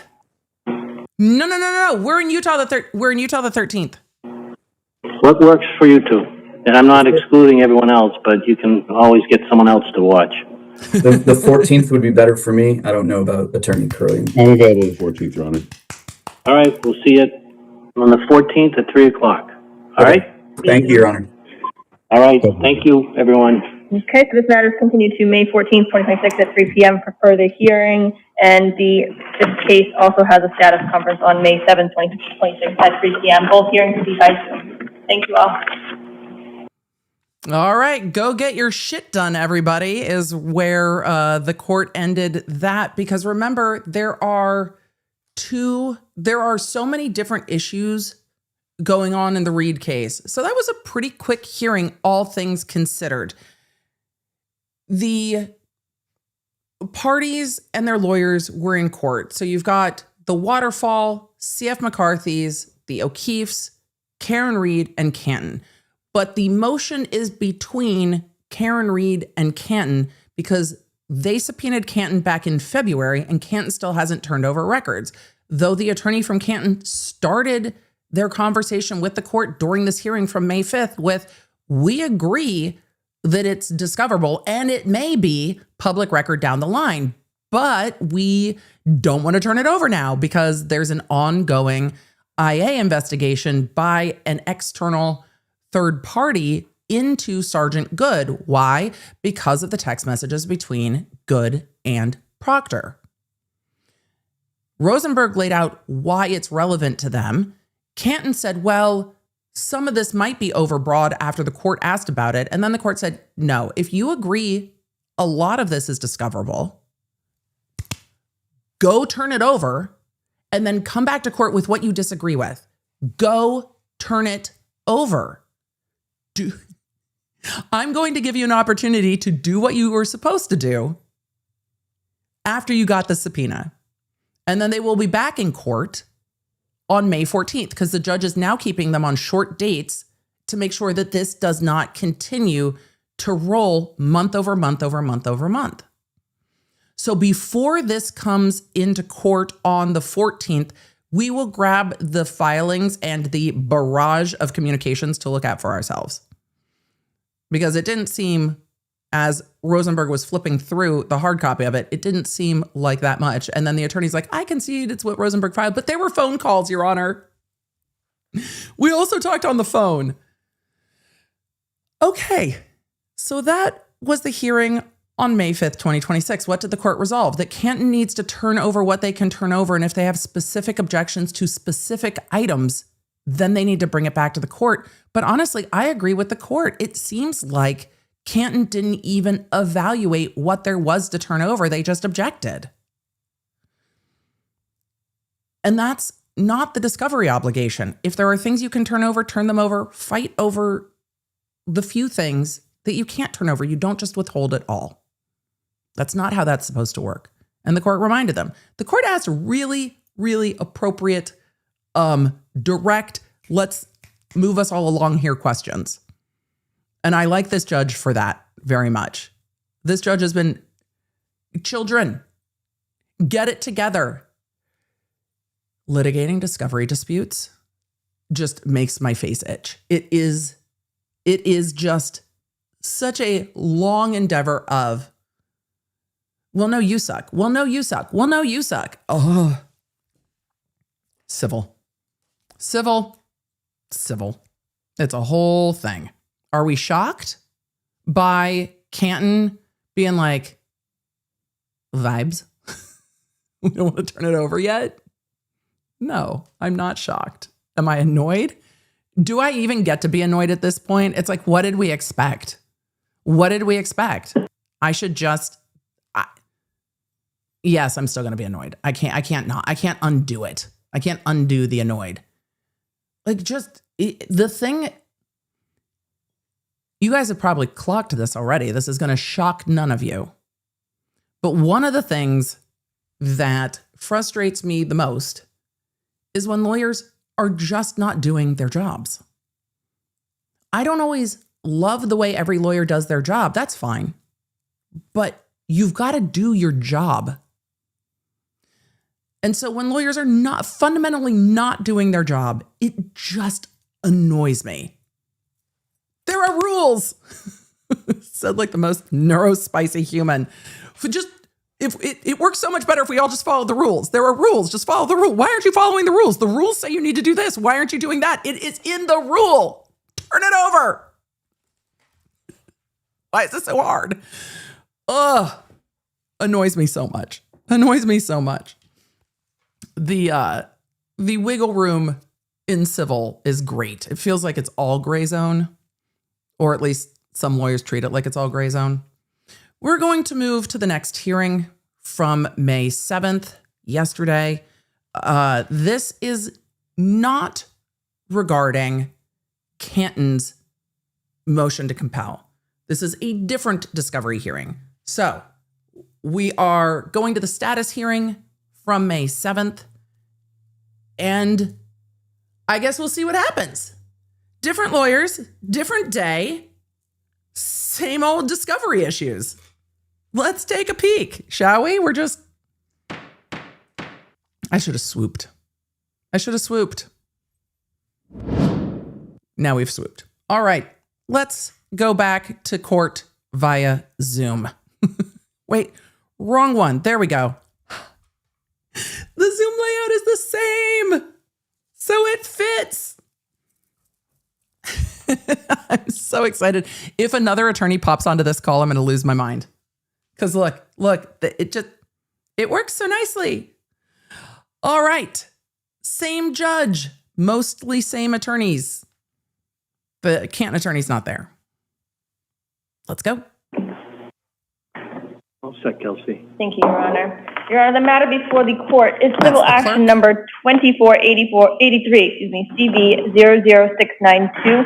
Paul O'Keefe, individually and personal representative of the estate of John Joseph O'Keefe III et al. Versus CNC Hospitality LLC, doing Damn it. business as C&F McCarthy's et al. Your Honor, for the plaintiffs, we have attorney Mark Diller present by Zoom. For defendant C&F McCarthy's, we have attorney Tamara Holstag. For defendant Waterfall, we have attorney John Dealey and David Hassett, I believe, or maybe just one of them. It's just John Dealey today, madam. Thank you. And for defendant Reed, we have attorney Sorry, Sarah Attorney Shipley and Shipley. attorney Aaron Rosenberg, Your Honor. Good afternoon, everyone. Good afternoon. So when we were last Let me together just put myself up here. on April 9th, Does that at work for that you point, guys? I think not a single deposition had taken place other than keeper record depositions. And I concede that this case has been pending for 619 days. And I acknowledge that for 231 of those days, It was stayed. over 7 months, the case was subject to what was a very limited stay as to discovery involving Ms. Reed and depositions of certain of her family members. But that stay Was expired over 10 months ago. When was it, in July? So coming up on a year. And I tried to figure out how a case that's been pending for so long could have so few depositions conducted. And one possible answer came when I was looking at the docket. Did you know that the parties are represented by a total of 22 lawyers in this case? Holy shit. Ms. Reed leads the pack with 10. Holy shit. It's hurting cats. The judge is so mad. The judge is so mad. This case has been pending for 600 plus days.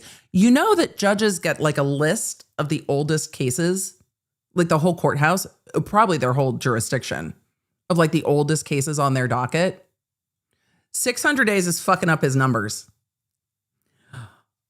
Oh boy. The judge is so annoyed that the lawyers are not moving faster. Because here's what the judge said at the very beginning. And I backed this up a little bit, but the judge said the stay was not a stay of the entire case. It was a limited stay. What does that mean?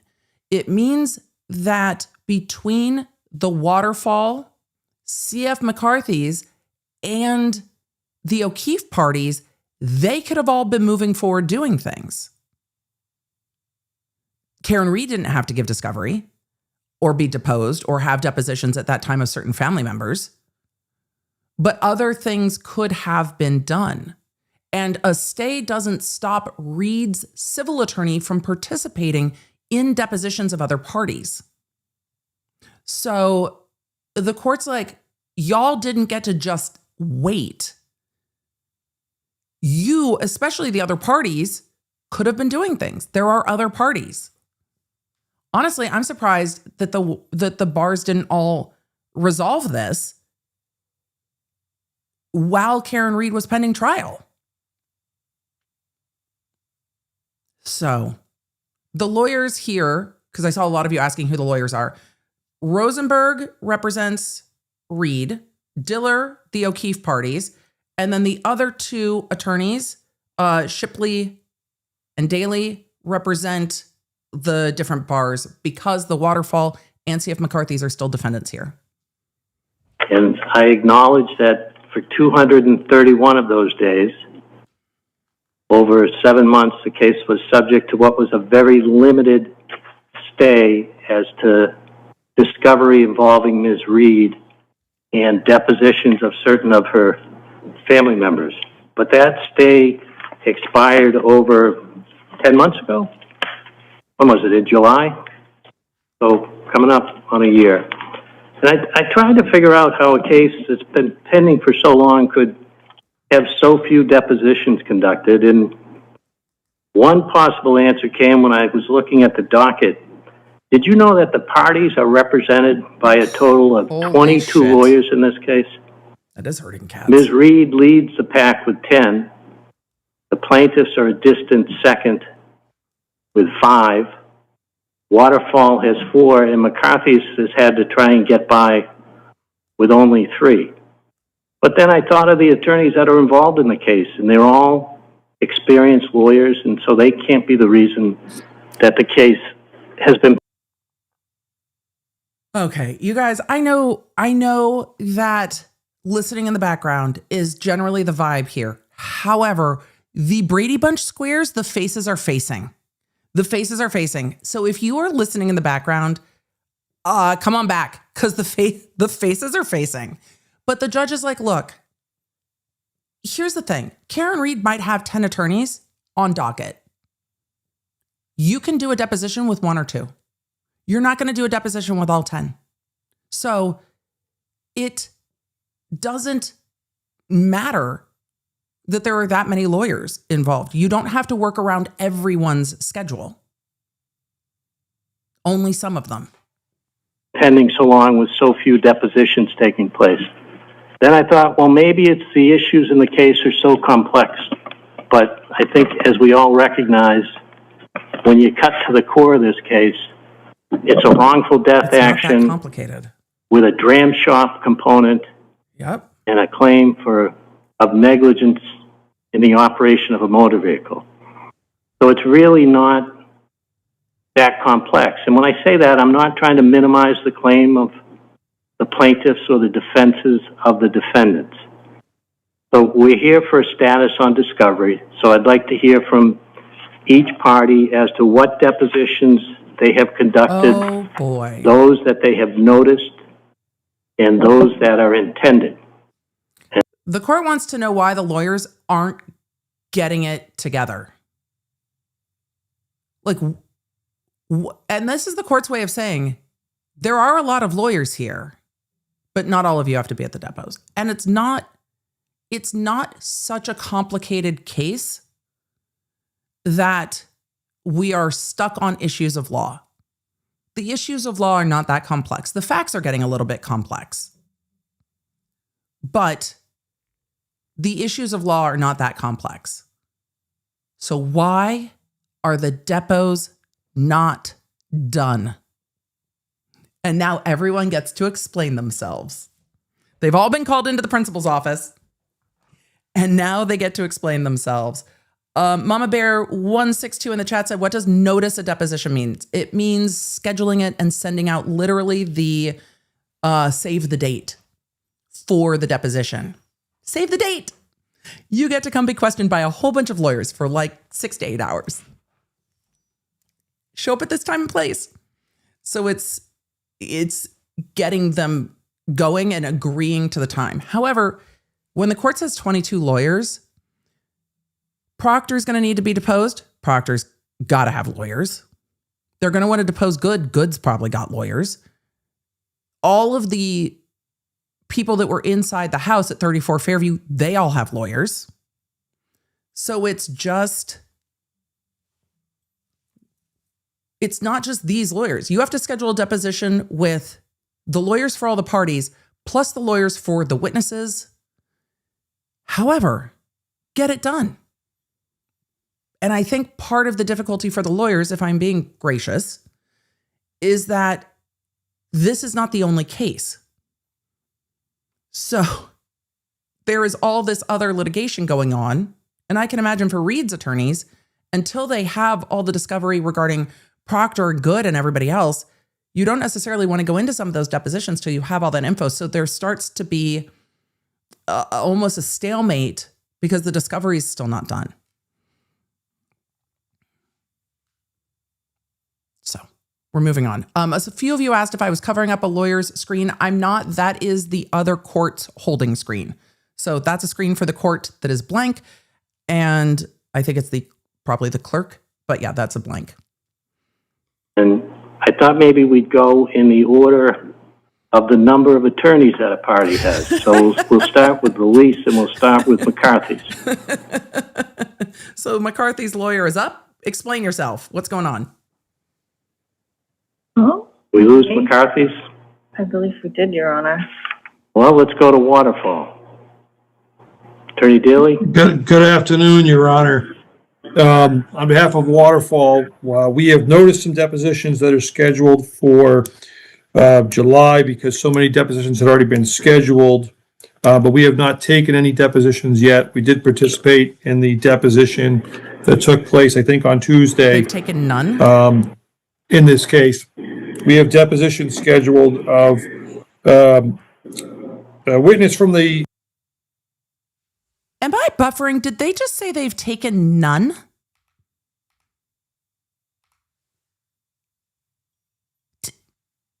I surely didn't hear that right. I was focused on chat. I surely didn't hear that right. On behalf of Waterfall, we have noticed some depositions that are scheduled for July because so many depositions had already been scheduled, but we have not taken any depositions yet. Oh we my did God. participate in the deposition that took place, I think, on Tuesday. In this case, we have depositions scheduled of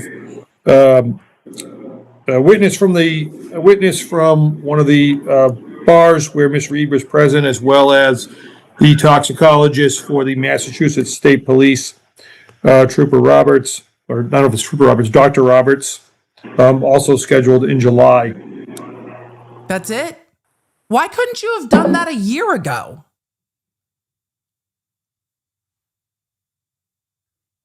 Okay. So let's hang on and see if we can get McCarthy's back on. Hang on for one more day. Your Honor, it looks like Attorney Holzflag has signed in. Her camera's just not on at the moment. Okay. Can you hear us, Attorney Holzag? Darn it, I have to move my square again. Hold on. Oh, those pesky Zoom calls. Okay. The other attorney is here. I'm going to move my square down here. It looks like the attorney is now just phoning it in. I'm not making a joke. Is actually on the phone. Okay, so this would be the attorney for CF McCarthy's because we just went chasing waterfalls. I can, Your Honor. Can you hear me? Yes. So Okay. I don't know how much you heard of that, but what I'm hearing from each party is to what depositions they have conducted, those that they have noticed, and those that they have intended. So Thank go you. right ahead. Thank you, Your Honor. Pardon me, I got. Fucking hell. So we have to send out today or tomorrow the Who allowed this law firm to be in a wind tunnel? Is the law firm part of the big dig or no? What is happening? deposition or to. Attorney Holstag, you're kind of breaking up. I don't know if everyone else is hearing the same thing. Hold on, let me The log back off and come back in. the trial court wants us to do more things by Zoom. Can I explain what just happened there? The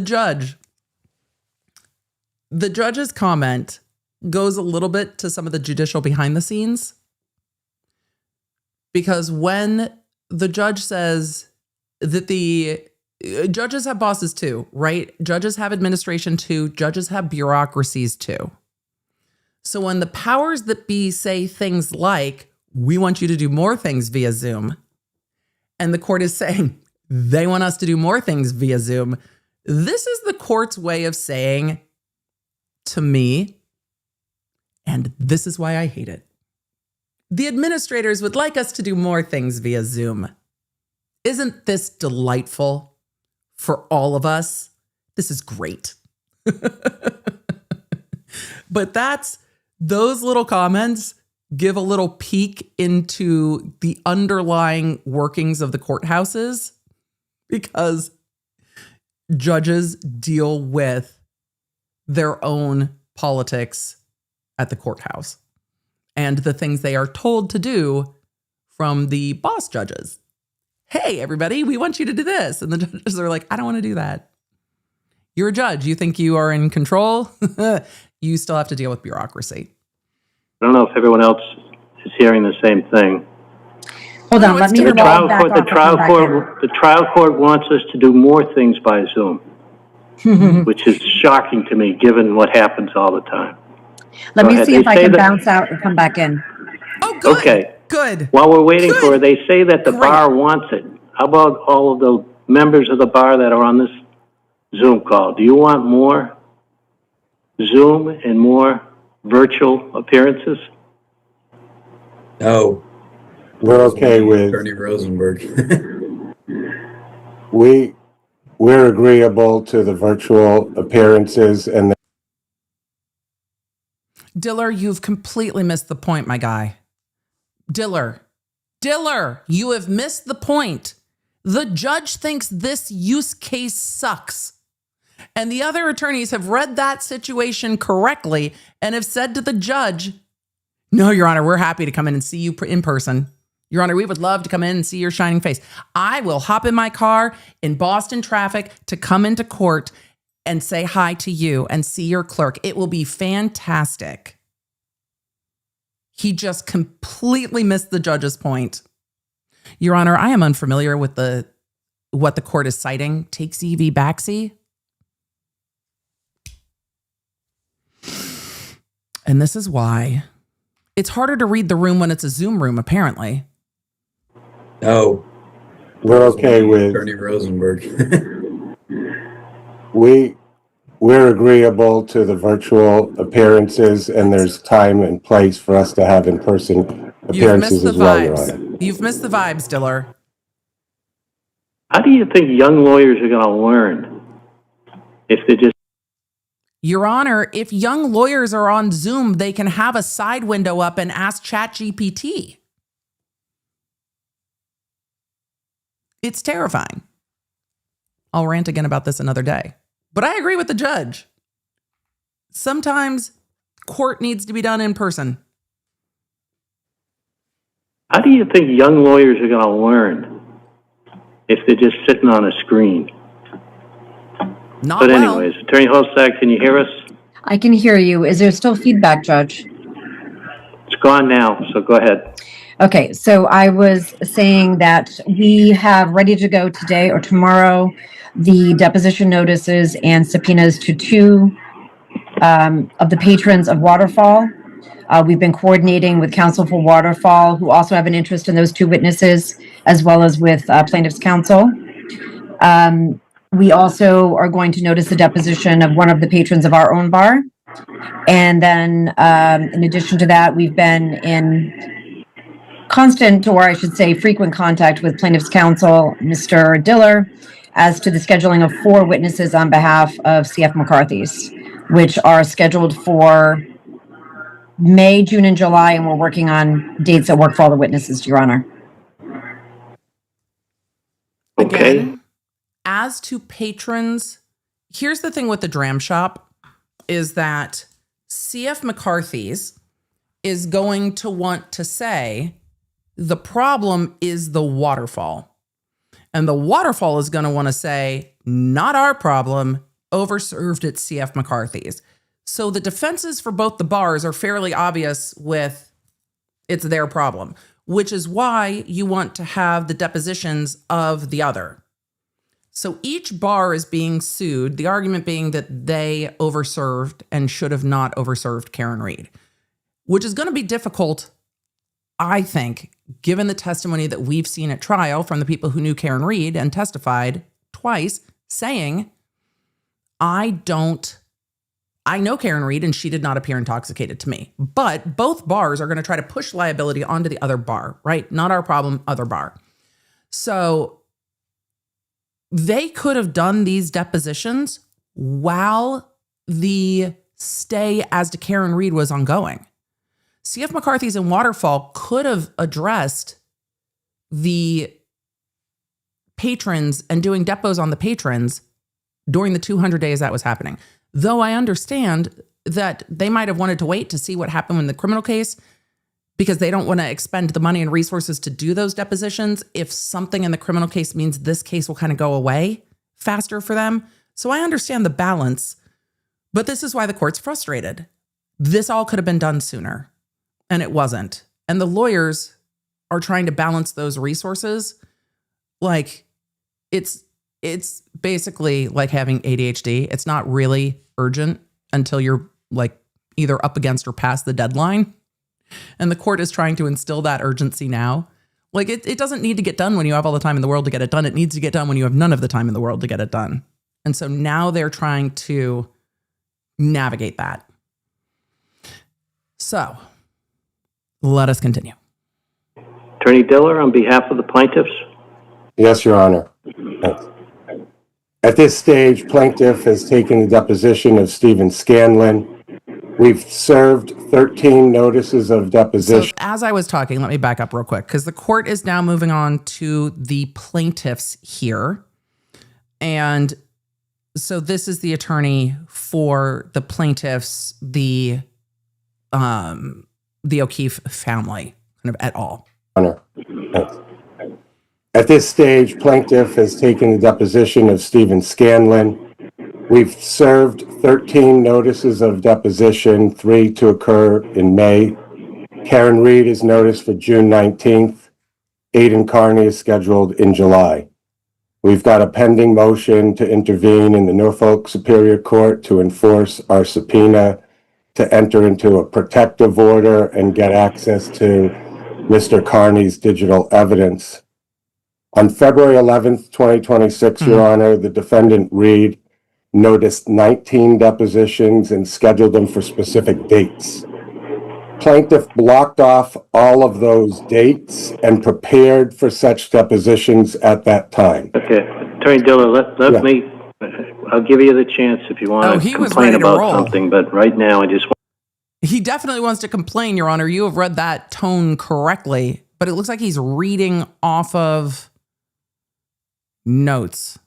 But yeah, court, you read that correctly because the complaints were about to come. The judge is like, now is not the time.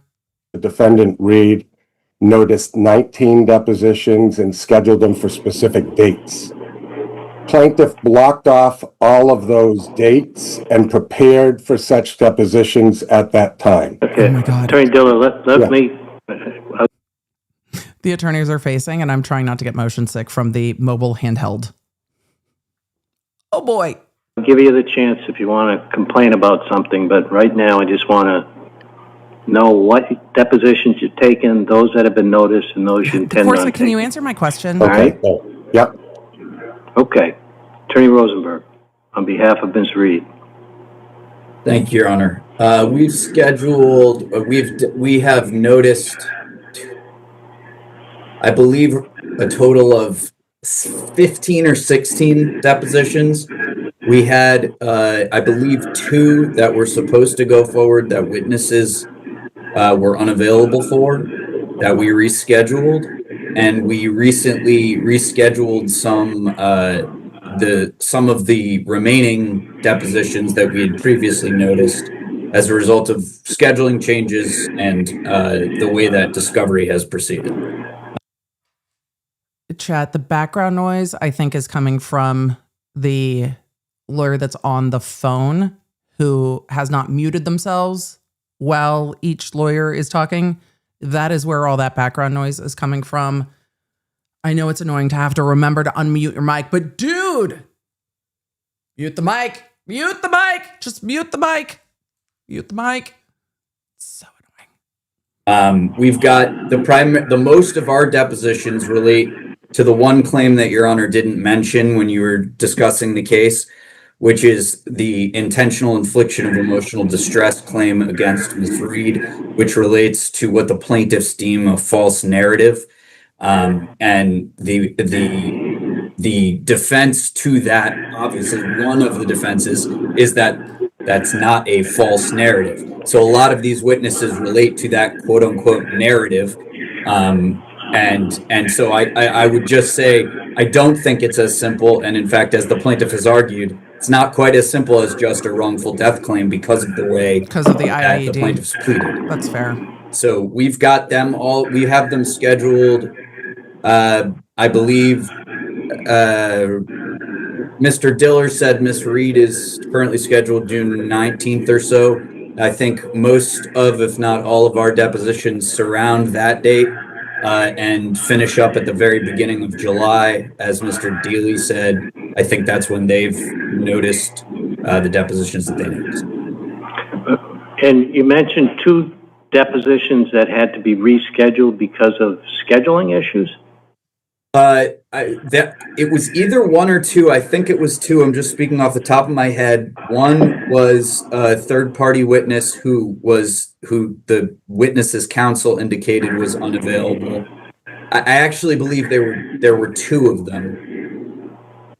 Again, off the top of my head, so I could be wrong, but I believe it was 2 third-party witnesses whose counsel reached out before the deposition and requested a new date, and we accommodated. I know the background noise is tough. Were you able to get today's deposition? The court clerk should have the ability to mute it. The judge probably doesn't have that as easily accessible on the bench, but the background noise is hard because it overshadows. But we've got the closed captioning on. Reed's attorney said we had to reschedule some. We should be done with our depositions by the beginning of July. So that's where we're at from Reed's lawyer. But yes, it's hard for me too with the background noise because, again, the only lawyer I see that doesn't have themselves muted is the one from Peabody Arnold. And man, is it rough. Done in the 5 hours we allocated? Well, no, that deposition was rescheduled. And I, yeah, that's the answer. So, someone answer for me. How many depositions have actually taken place since April? The judge is so mad. Look at Diller. 1? The answer is going to be 1 depo? Oh, no. April 9th. 1. 1. Okay. Oh, boy. Attorney Diller, I cut you off. You were about to convey some information or thoughts to me, so go ahead. It sounded like Diller had a list of complaints, Your Honor. 1 deposition. Right. The court is like, y'all, what are you going to do? And what can the court do? Get your depositions done or you don't get to get them done. And then everybody's going to say, but we can't go to trial. Our depots aren't done. Well, then you're not getting them.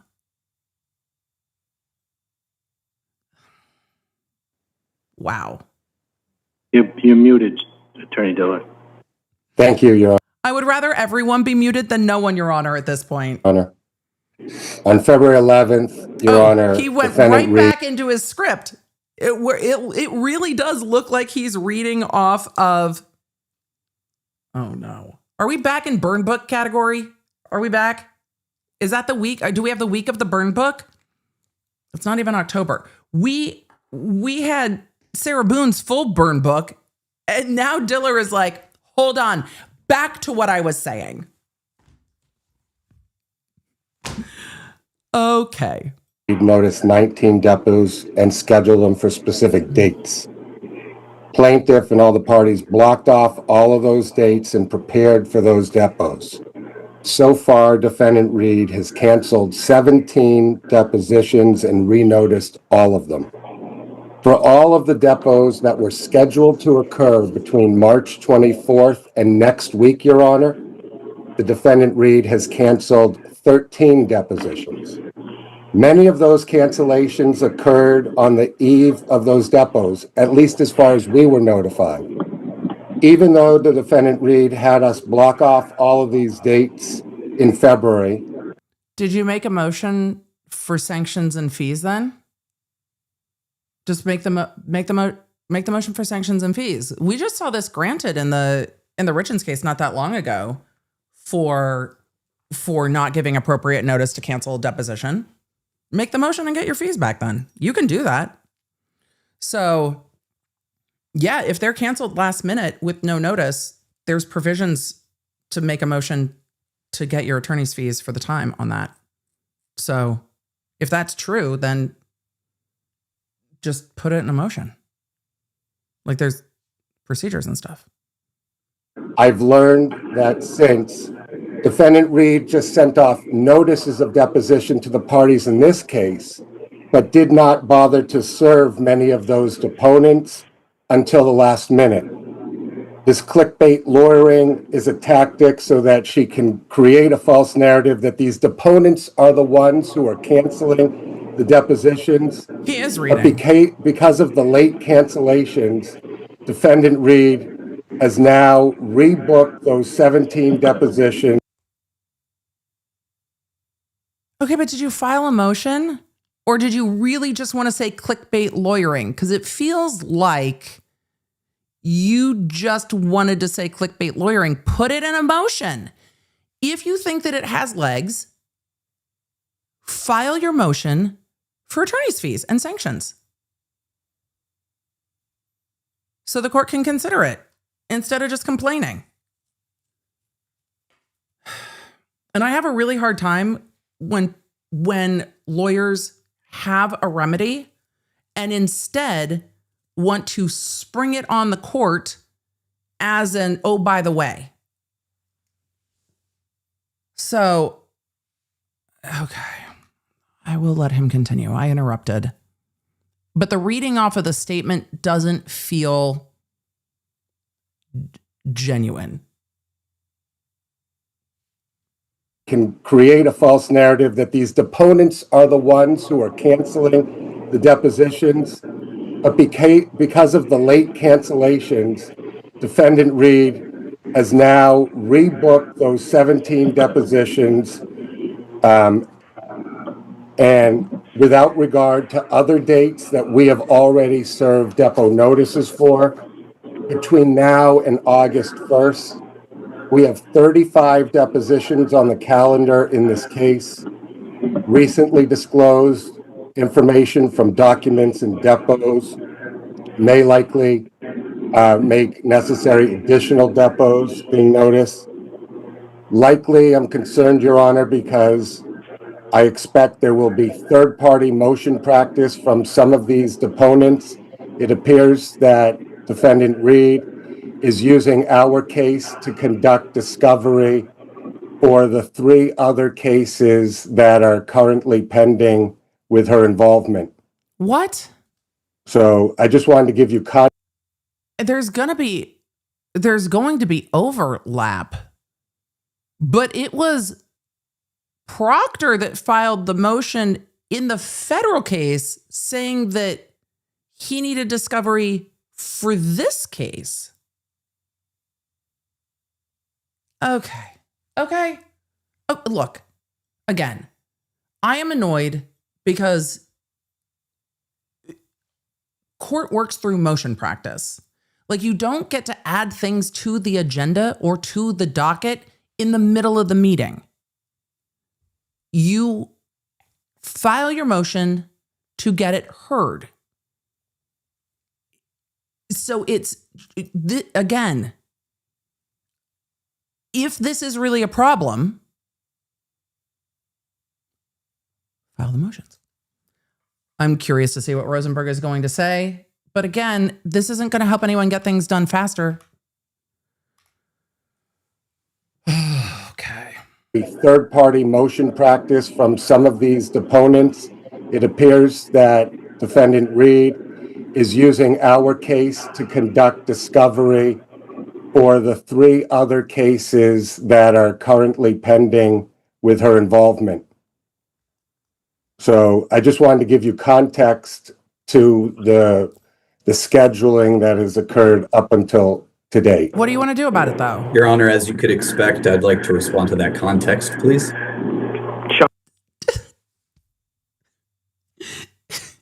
Diller's face He won't even look up. And Rosenberg is like, is it my turn now? Do I get to go now?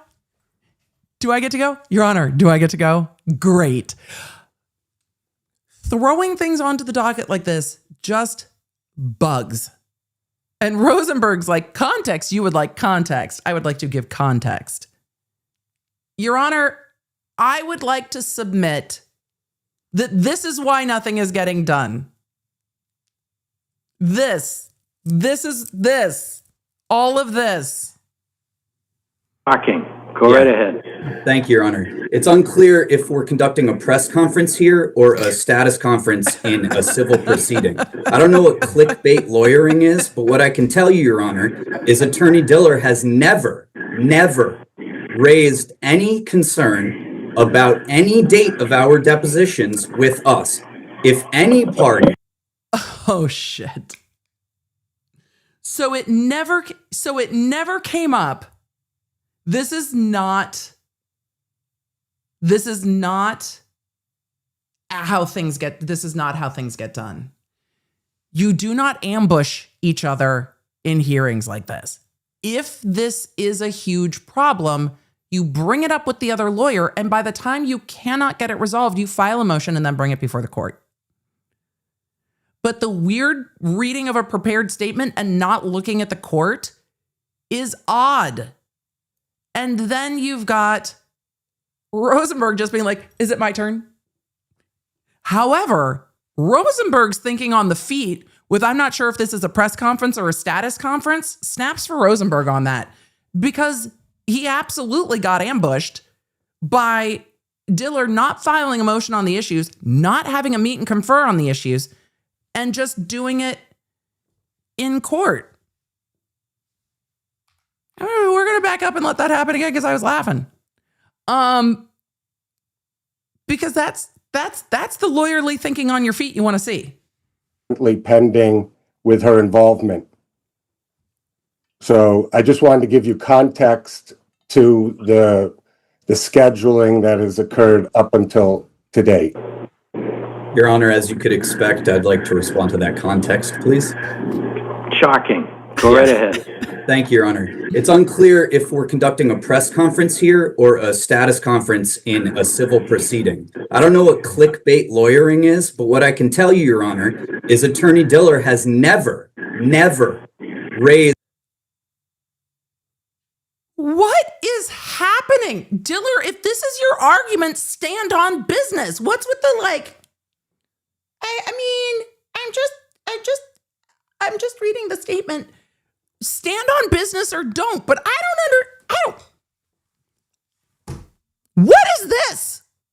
You're in court. Stand on business or don't.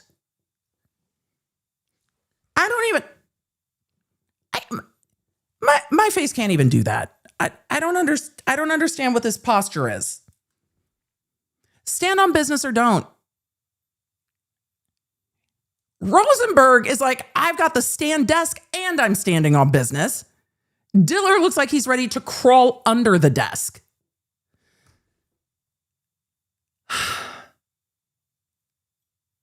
What is happening in this hearing? I just don't understand. The language going, the body language going on here is so wild.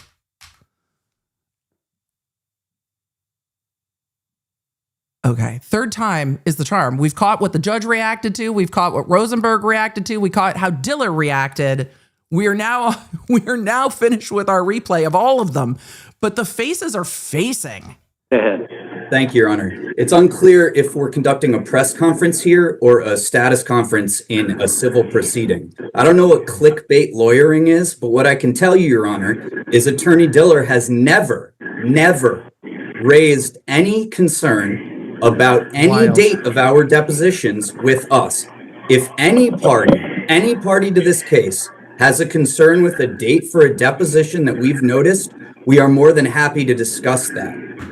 It is completely inappropriate for parties to come on to a proceeding like this and take the time to force us all to go back and forth about topics like this that should be addressed between counsel.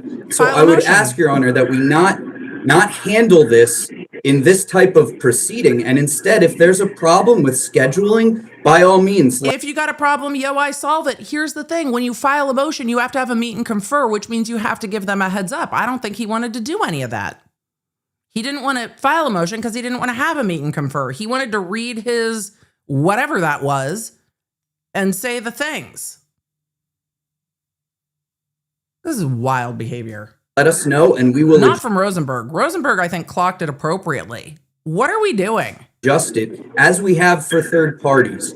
I'm not going to, the accusation that the lawyering is being done for a particular way, frankly, is completely out of bounds and inappropriate. And it's designed simply to be conveyed to the public and not to Your Honor. And I request that we reconsider what types of discussions we're willing to have in hearings like this prior to any conference under Rule 9C or any other court rule. So hang on one second. I bet Attorney Holstag doesn't want to miss all this, so we'll wait a moment for her to get back on. Is she trying to get back on, Kelsey? Yes, Your Honor. Nobody wants to miss all of this, Your Honor, but you know what? I owe apologies. I don't think all the background noise is her, because the background noise sounded like it was still going, but the judge, I bet she doesn't want to miss this. No, Your Honor, the tea is flowing. We definitely don't want to miss any of this. Thank you for clocking it. The court's just like, all right, children, you have 5 minutes. Get it out of your systems. Your Honor. Okay, Oh no, the background noise is gone. so, I didn't. Attorney Diller, have you- miss anything? I heard it all. okay, all right. I withdraw my statement because now the background noise is back. Attorney Diller, have you spoken with any of the parties about these issues? Yeah, I mean, quite honestly, many of the What the fuck? Have you spoken to the parties about the issues that you're having? Well, so it's a no then? So it's a no then.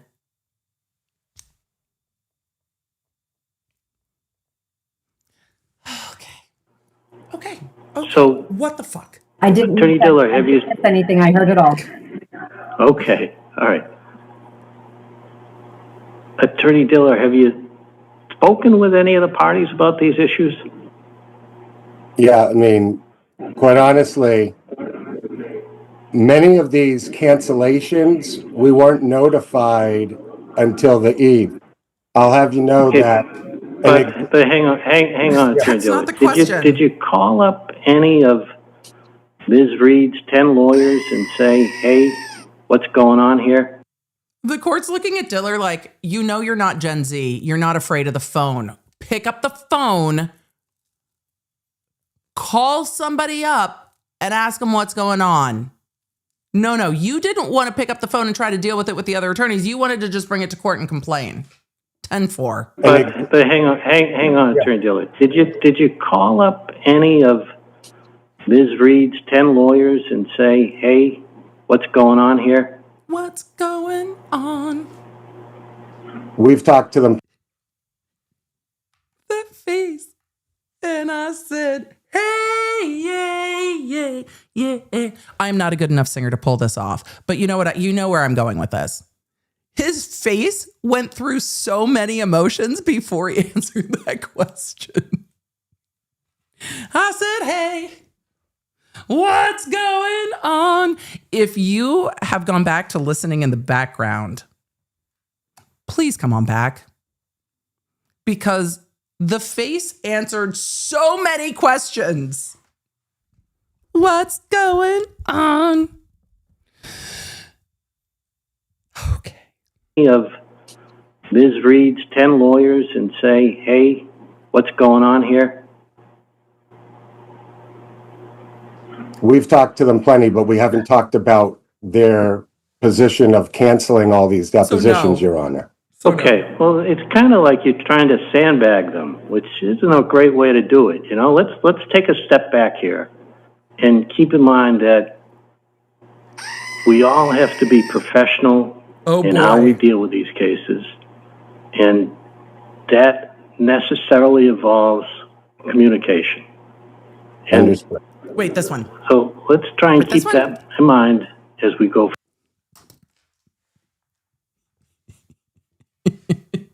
What just happened? Well, see, the lawyers all got called into the principal's office. And then, as they were in the principal's office, Diller said, "But Your Honor, they did this and they did this and they did this and they did this and they did this and they did this and they did this." And the court goes, "Rosenberg?" And Rosenberg goes, "Well, Your Honor, that's not exactly what it is." And the court goes, "So, you want to tattle on them? Feels like you're sandbagging a little bit. What are we doing?" Right. You didn't file the motion because you didn't want to have a meet and confer. So instead, you pull it into court, read it off a piece of paper. You didn't even go 10 toes down on that statement. You were just like, it's. And then the court fucking clocked it, and now you're getting yelled at. This went spectacularly well for you. What are you doing? Oh, gosh. The court clocked this instantly. You're not winning yourself any favors, Diller. And this is after the bullshit with the email. There's bullshit we haven't even covered yet. You are not doing yourself any favors with the court. All have to be professional in how we deal with these cases. I'm going to let the court yell at him again. It's cathartic. We haven't talked about their position of canceling all these depositions. Yes or Your no, Honor. we've not talked to them about Okay, this. well, it's kind of like you're trying to sandbag them, which isn't a great way to do it. You know, let's take a step back here and keep in mind that we all have to be professional in how we deal with these cases. Yeah, act like adults. And that necessarily involves communication. And Understood. so let's try and keep that in mind as we go forward. All right? We'll see everyone on June 3rd The judge is like, knock at this 3 shit o'clock. off. Is that date a problem for anyone? No. June 3rd at 3 p.m. No, Your Honor. No, Your Honor. Nope. No, Your Honor. Okay, I hate to keep getting together every month, but it looks like we're going to have to continue to do it. The court's like, we need to set a meeting because I don't trust that y'all are going to get this done. So I'll see you back here June 3rd. Get it together. So we'll see everyone June 3rd. Thank you. Thank you very much. Thank you, Your Honor. Thank you all. Thank you, Your Honor. Stop throwing sand at each other, The matter children. continues to June 3rd, 2026 at 3 p.m. for status conference that will be held via Zoom. And this matter is also continued to May 14th, 2026 at 3 p.m. for the continuation of the motion to compel for those parties that are involved. Thank you all. Thank you. Thank you. Thank you. Thank you. Oh boy. Oh. I love it when my own thumbnails pop up and are recommended by YouTube. It's like, what's YouTube think I want to watch next? Me? No. Michelle? Yes. Peter? Yes. Me? No. Oh boy, oh boy. The lawyers got called to the principal's office, and principal/judge is not pleased. So then the judge let's back up and try to summarize. Emily, back up, and let's try to summarize. We watched 2 discovery hearings in the Karen Reed case from May 5th and May 7th. We can clearly see that the judge's frustration level of why aren't we progressing forward is something that he is, I think, fairly gently but pointedly noting to all the parties. And the May 7th hearing started with the judge saying, why aren't we progressing? And I asked myself, why aren't they progressing? And then I said, well, self, there are 22 lawyers on this case. Is that part of the problem? No, they're all very experienced lawyers. They should be lawyering appropriately. So I said, self, is it that this is a really complex case? No, this is not a really complex case. I don't mean that in a disrespectful way, but no, the issues here are not unknown to us in the law. This is not a deeply complex legal case. Factually, a little bit different. So why, oh why, do we not have any depositions done? And then he went around the room. We're going to start with you. Why are no depositions done? Can we please explain around the room? Please explain to me why we're not done with the depositions. And then the court asks the most important question of all. How many depositions have been done? One deposition. And not one in like the Metallica awesome way. One in the, this case is over 600 days old. What do you mean? There's only been one deposition completed. Okay. So you can see that the judge is trying to get the lawyers to just move forward, because this case can't go to trial until discovery is done. And discovery has lingered and lingered and lingered. Not in a cranberries way. So the court then stopped the attorney for the O'Keefes, Attorney Diller, as he was about to launch into another complaint,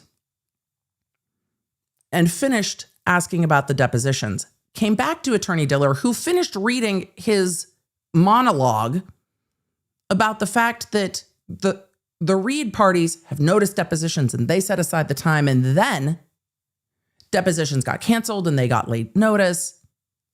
Yes, there are procedural methods to handle that. Yes, you can have a meet and confer and then file a motion for the late canceled depositions, which was not done. Attorney Rosenberg was like, I would love to respond to that, Your Honor.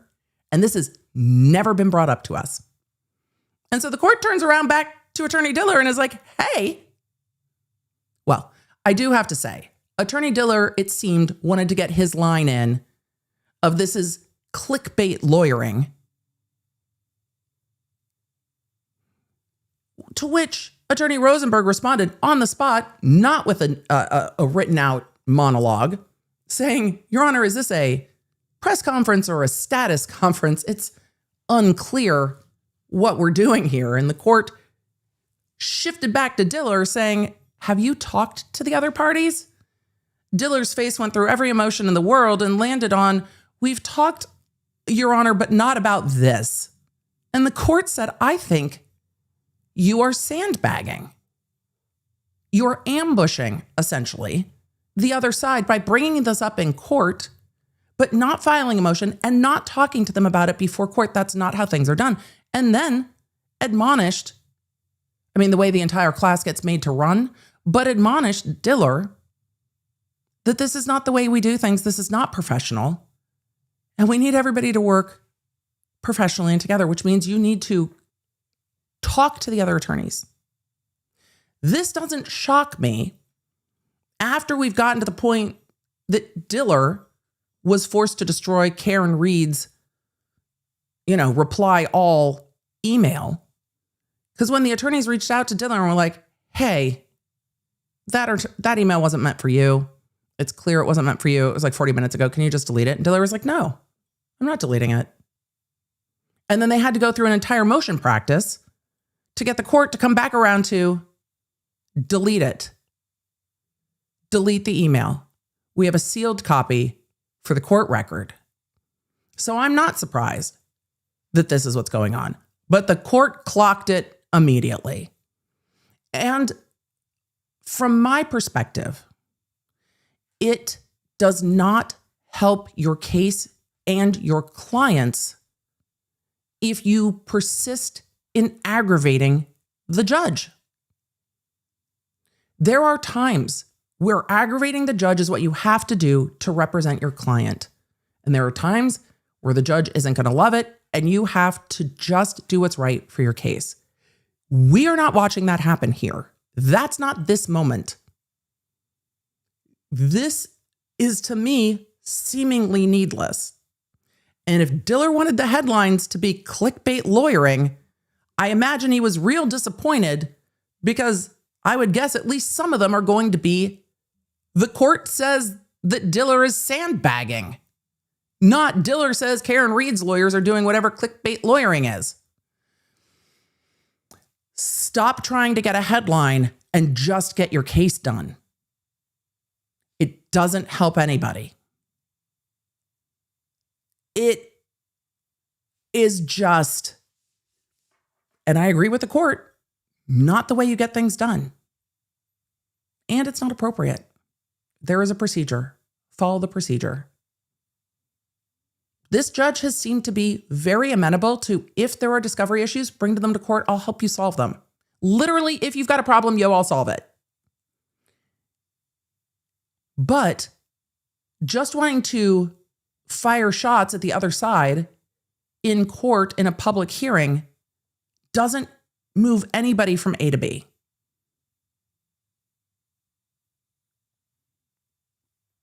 So there is a hearing that we had not covered regarding all of this. One or two. I might need to go back and grab some of the other hearings, because this is not the first time that Diller has had the court give them some feedback. This is not the first time that's happened. So we might need to go back even further, because the shenanigans haven't stopped.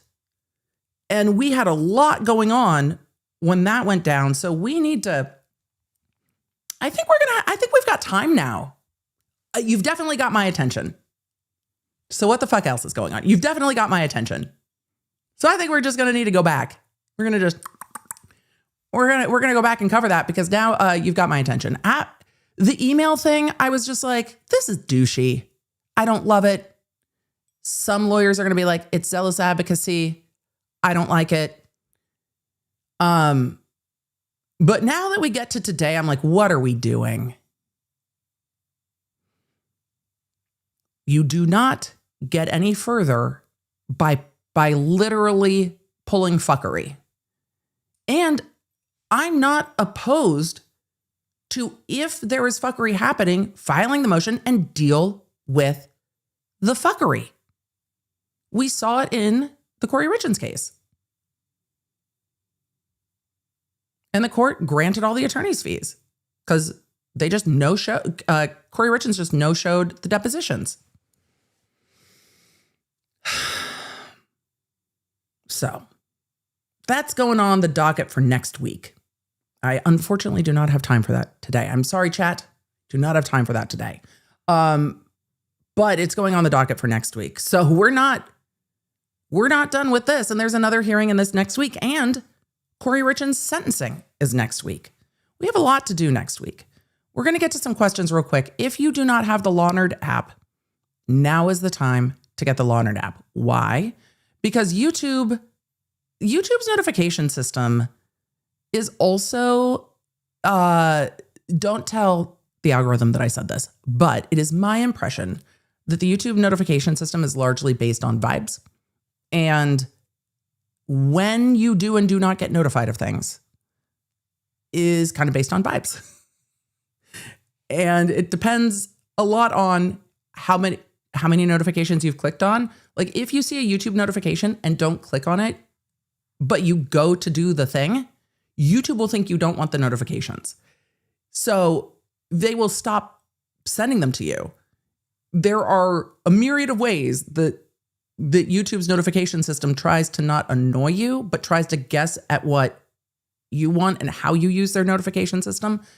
And it is not always perfect at that. So the Lawnerd app is our way to keep you in the loop and make sure that A, your notifications are on, and B, you don't have them set to do not disturb, because then your phone will probably grab them. So with that, make sure you have the Lawnerd app. We are going to go to some questions, and then we are going to, go. So we sent out, Dara, we sent out app notifications yesterday for the members only, but it is here and then it will be up in the app. But we did send out app notifications for that yesterday. Those go as message all. If your app is not open, depending on which operating system you're on, it will be in there in the thing. But if you did not see it, that might be why. So thank you to everyone who said happy birthday. Thank you to everyone who joined us yesterday. If you are a member, there is a new members only live for you. I was supposed to set an alarm, and I will let you know that I did set an alarm so that I would not time blind into storytelling. And then I forgot to turn it on. I set the time. I set the time, but then it didn't get turned on. So it was a whole situation on my end. So let's have a quick chat. Also, we are going to have new things for you in the Lawnerd shop. So make sure you have the app for that. Let's chat.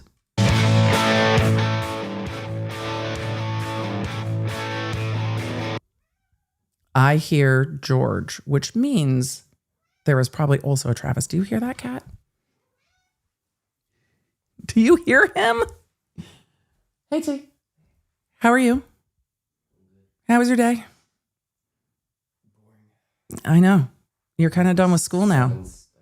It's really weird that you're kind of done with school now. Hi, Georgie. Hi, Trav. Hi, buddy. I know. It's kind of weird. What? Oh, that's my candle. No, I'm saying I got my yearbook. Oh, awesome. I can't wait to see it. Yep. We'll take a look. I know your cap and gown being in the house is a whole weird thing. It's surreal. We'll take a look. It looks very nice. I'm glad you picked it up.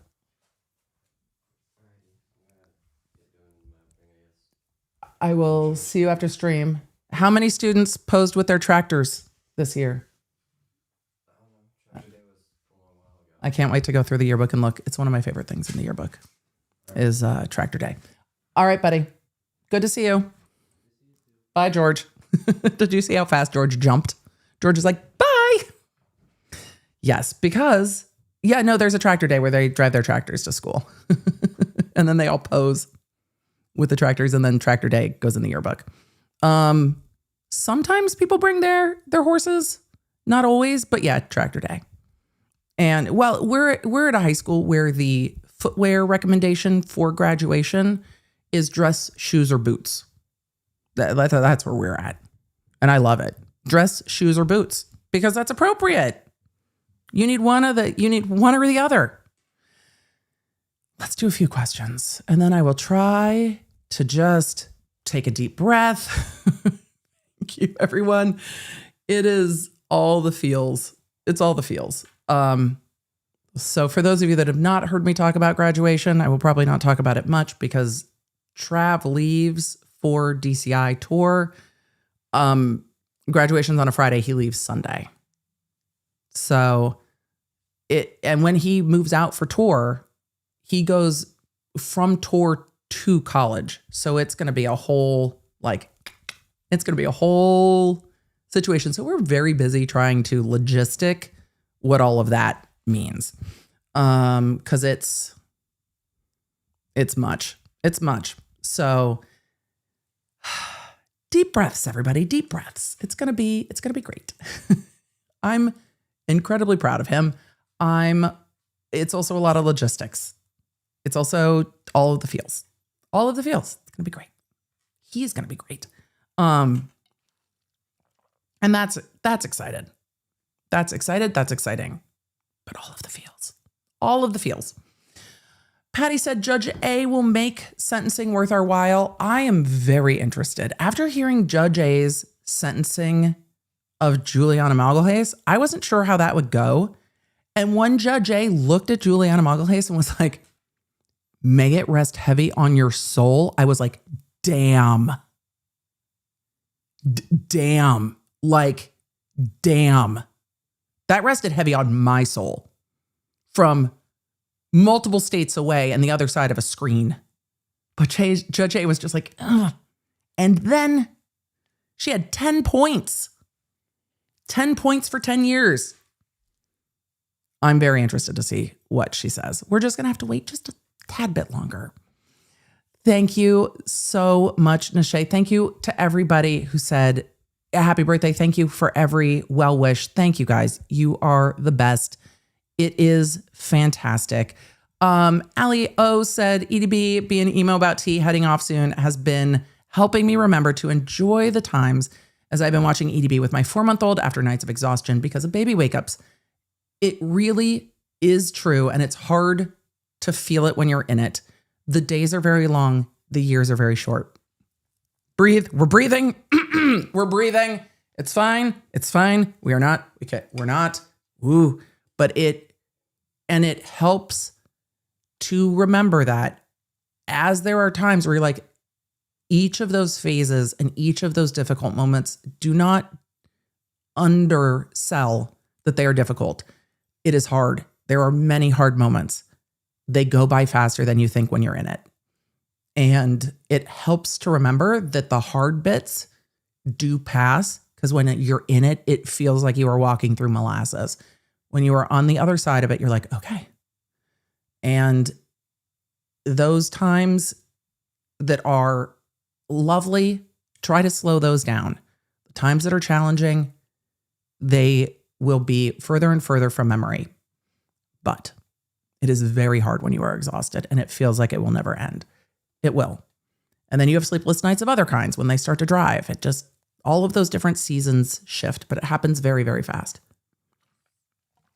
And it is lovely. I know not everyone has the same experiences with teenagers. And there are lots who are saying this stage is hard or that stage is hard. I very much tried to understand where my kids were coming from, understand the stages they were in, and try to give it a little perspective around that. Like, I understand why my 2-year-old or 3-year-old's all pissed off because I'm telling them to do something they don't want to do and they can't really express to me exactly why they don't want to do it. So instead they're just like losing their mind. Like, I get it. I get the frustration. I mean, I don't know. For a period of time, both of my kids thought that the car seat was actually trying to kill them. And they acted as if the car seat was actively trying to kill them. Which is real frustrating after a very long day, but also they're having all the feels too. And so sometimes just trying to take a breath and be like, yep, all the feels. It is what it is. And they, through each of those stages, trying to understand where they're frustrated helps, or it helped me. And then trying to understand the other aspects so that when they could tell me why they were frustrated or what they were feeling, we could have those conversations, because it's harder to navigate. And we can take a deep breath and be like, yep, I've got it. I hear where you're at. Sometimes they need to be reminded that even though they're having a certain feeling about a certain thing, they still got to do the thing, because parenting, but they'll be okay. Also, it is fervently my belief that chores are very good for kids. Start teaching them to do things when they are little. And that sometimes is going to take more time and sometimes more frustration. And it doesn't have to be an all or none. So on the days that are super, super long, probably not the day to have your toddler help put the dishes away. On the days that are a little slower, good time to have your toddler help put the dishes away. Yes, we rearranged the way we put dishes away in our house so the kids could help put their own dishes away. So they were lower where they could reach them. I mean, also, they were not breakable, but it gives them a little bit of independence, and that helps ease some of the frustrations when they just want to do everything themselves, where you find the ways that you can let them do things themselves. And it's hard. But chores are 100% needed. This is hard for me too, because here's the thing. They won't do it the way you do it. They won't do it the way you do it. And it's hard sometimes that they won't do it the way that you do it. It's so much easier to learn that when they are 3, 4, 5, 6, 7 than to try to start learning that when they are 14, 15, 16, 17, 18. Because that's one of those things that you have to navigate of, hey, just because you're not doing it the way I'm doing it, sometimes we can work with that. Sometimes we can't. Like, the stove has to be turned off after we're done cooking. That's non-negotiable. So it is always an adventure. It is always a journey. And it's always one of those things where it's hard to know if you're doing it right. So you do the best you can. And if you enjoy your kid, you're doing it right. This is on the broad spectrum. There will be days where you are looking at your human and you're like, wow, I'm fighting with me. That's a delightful experience. But if you enjoy the human you are sharing your house with, you're doing it right. And you've got it. And hang in there. Because all the emotions, and remember, they all have their moments. And sometimes I am looking at my kiddo being like, great, I am fighting with a very, very feisty version of myself. And sometimes I'm looking at them going, great, I'm fighting with a very, very feisty version of my spouse. It's time for him to fight with this version of him. I'm out. Dr. B, it's time for you to tap in. I don't know what all this is. Tap in. Tap in. Parenting is really the only job where you are really trying to make sure that you are no longer needed. And that's a hard job. But then you get to be a part of their life because they want you to be a part of their life. And because you want to be a part of their life. And that's a great thing. Deep breath. Can we talk about something else? Oh, we're all taller than Brendan Banfield. Right? You want them to be okay. But you also still want to be a part of it. It's different. I know, I said no crying. Oh, all the deep breaths. Trust me, I'll be devastated if my kiddo stops sending me memes. Because it's amazing. And try to find the fun bits of every single stage, because there are definitely hard bits. As they get older, though, often there's less poop involved, so that's good. That's good. It's all good. Deep breaths. Deep breaths. Deep breaths. You've got this, guy. You've got this. You've got this.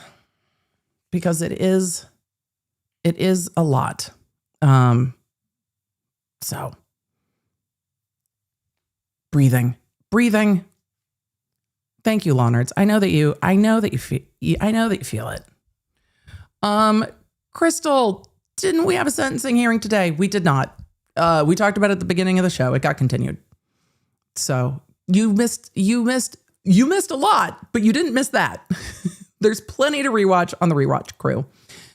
Kelly Cal, thank you so much. Kelly Cal said, I'm officially done with law school. Thank you for keeping me company all these years. You keep me company while I study for the New York bar too. Good luck. You've helped me shaped my professional ID and stay authentic. Thank you. You are welcome, Kelly Cal. Good luck with the bar exam. Hopefully the bar exam advice, I am pretty sure we timestamped it from a few days ago. Hang in there. Remember, treat yourself like a Tamagotchi. If that reference does not resonate, you need to eat, sleep, move, and hydrate. Your brain synthesizes information when we sleep. The most productive thing you can do during bar study is A, have a plan to cover the material, and B, take care of yourself. Taking care of yourself is productive. Do not let anyone else tell you that getting enough sleep is not productive. And if they are doing that, smile and nod and know that you will kick their ass on that exam, because your brain does not function well when it does not have enough sleep. Also remember, the recommended amount of sleep is based on some kind of weird norm that doesn't apply to all of us. Find the amount of sleep that you need. It's probably going to be more than 8 hours while you're studying because your brain is forming new synapses. Give yourself like 10 hours plus of sleep. I'm serious. Even if it sounds horrifically scary, give yourself more sleep than you think you need, because you need it. And you will do better on your exam for it. I promise. Take my word for it. This I know. All right. I love that Daniel said I use cookie and muffin synonymously. Perfect. I have comfort cookies today. I'm so happy for it. Robin said I decided to have my brother get donuts instead of cookies. Adjacent. Comfort food while recovering from knee replacement surgery. I hope it's going well, Robin. And I'm very excited for your new knee. It is going to feel so much better. There was a DA I worked with that came back to work after a hip replacement. Was very detailed in how much better her life had gotten because of the hip replacement. It goes down as one of the funniest conversations I think I've ever had. And this particular DA and I had a bit of a bumpy relationship because she outed me when I was pregnant and I was not ready to tell people and I was pissed about it.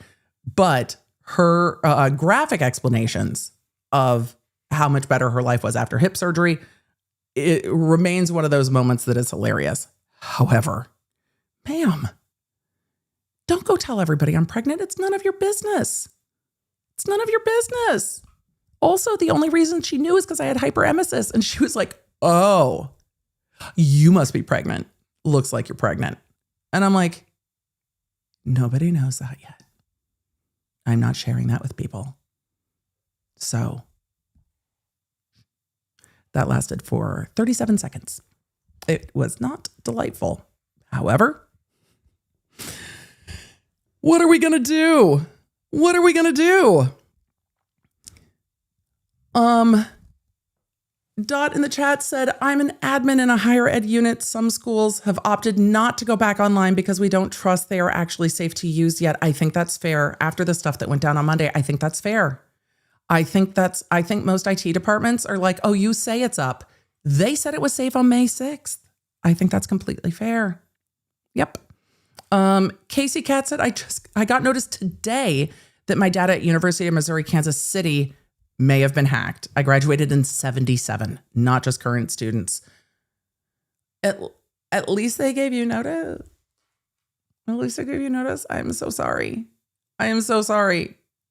Kate said I got PTSD when my work was hit by ransomware. It's really, really tough. Really, really tough. And I don't know what's going to happen with the Canvas stuff. I don't. I truly don't. So we will see. I imagine there will be lawsuits. Thank you for the Starbees run. I appreciate it, Stephen. Thank you. Veronique,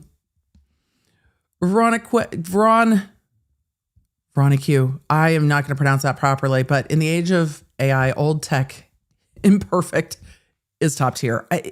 More and more, right? So I get it.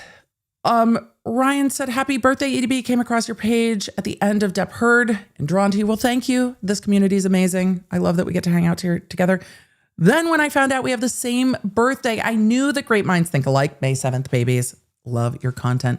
There are so many great May 7th babies. However, I will say, not however, and I will say that there is a May 7th baby that Griffin reminds me of, because there is another YouTuber whose birthday is also May 7th. And you know that Griffin has a spicy sense of humor in the zing type of a way. And Griffin reminds me on my birthday, and others did this year as well, that I have the same birthday, many of us have the same birthday as Mr. Beast. So Griffin has teased that I am not the biggest YouTuber to have my birthday. And then this year, I hurt my own feelings. Actually, hurt my own feelings a bit with the realization that I actually met Dr. B and we started dating before Mr. Beast was even born, which makes me feel like, A, I was already an icon, at least in my own mind, and B, like a full-ass adult before Mr. Beast was even born. So it was my birthday first. Because full adult before he was born, which is fantastic. But also, so yeah, my birthday first. And also it's fine. Sheena Shea, also May 7th, I think also born before Mr. Beast. There's a group of May 7th. And I actually know a number of people IRL whose birthday is May 7th. And then all the law nerds that share my birthday. It's a good day. It's a vibe. So yes, but then I hurt my own feelings, realizing that I had actually met Dr. B before Mr. Beast was even born. However, I don't think that I would have wanted to be a YouTuber in my 20s. And if I had wanted it, it probably would not have been good for me. I think the path that I have taken is the one that was meant for me. Not always easy, but the one that was meant for me. And I can't ask for much more than that. A girl named Joey said, thanks for the Incogni push. Been thinking about something like that, but finally decided it's time. I also changed my passcode to 6 digits. Yes! To 6 digits. When you talked about it, safer law nerds unite. Exactly. I just like the fact that it's like your little machines can't get into my phone. Meh. It's a little just defiant of me. Me. You, good luck. It's going to take you 75 years to get into my phone. Ha ha. I will only disclose what's in the spicy audible if I feel like it. You're not going to get to find out. So yes, the longer the passcode, the harder to hack. And I love that for all of us because you know what? You don't need to get into my phone. And if you do need to get into my phone, you probably know how to get into my phone. That's fair.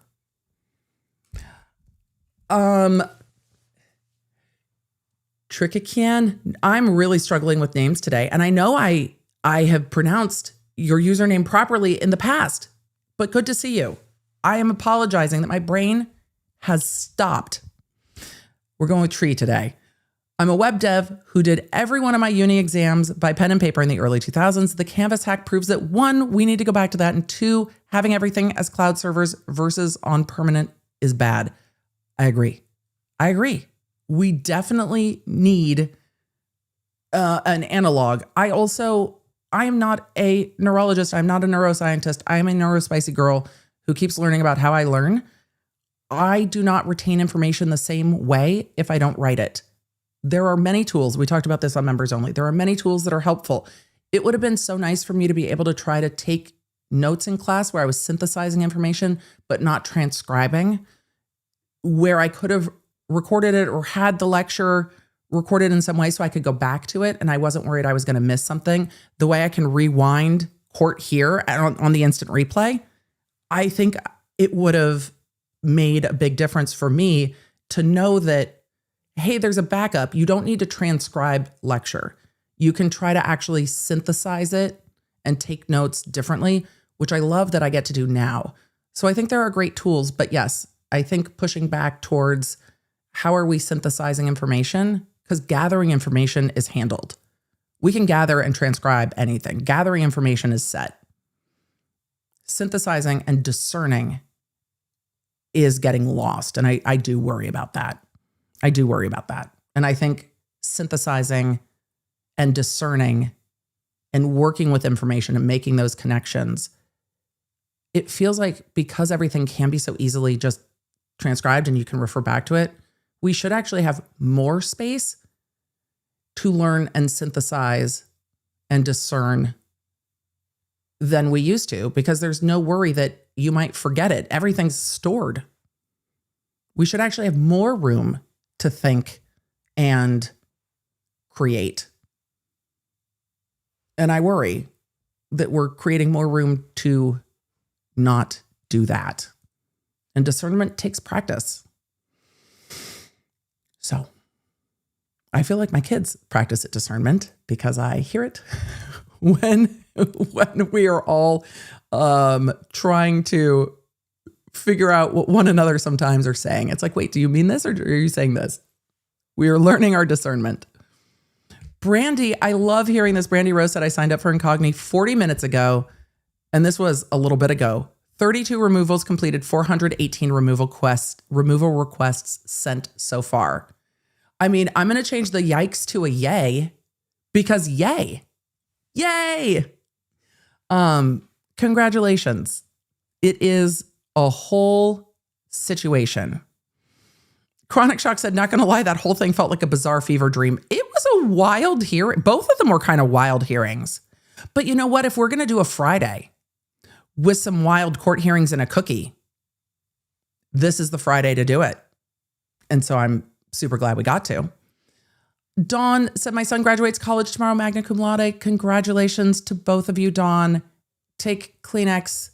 That mix of emotion of like happy and proud and also crying because where does the time go is such a unique, like we need our own Inside Out movie for like all the complex adult emotions. Like there is so much going on of like, I'm excited, I'm proud, but where does the time go? And there's so much wrapped up in that. So it's all the things. Enjoy it. And also, I got horribly burned at my college graduation. Sunscreen should have been advised. I didn't even think about it. I should have. Lisa in a blue box said, do we know what will happen with potential probable Canvas litigation? Considering they are used the world over, I'm a student in Sweden. It will, I think, depend on how the contracts are. And I'm not privy at this point to those contracts. But if they operate in different countries, they have to have a business center of operations in each country. So for the Swedish students, they can probably sue the operating company in Sweden, or at least in the EU. If Sweden is not part of the EU, I apologize. I do not know well off the top of my head. They will have to have an area of operation in the US and elsewhere. So it might be different parent companies, but they will get sued in those different jurisdictions in different ways. But it's going to be a mess. And I imagine we will see some litigation over it. I'm going to keep an eye for it. Jay Smith, I am so sorry for your loss. Jay Smith shared, after losing my husband at 37 2 weeks ago, I cherish every moment with our son.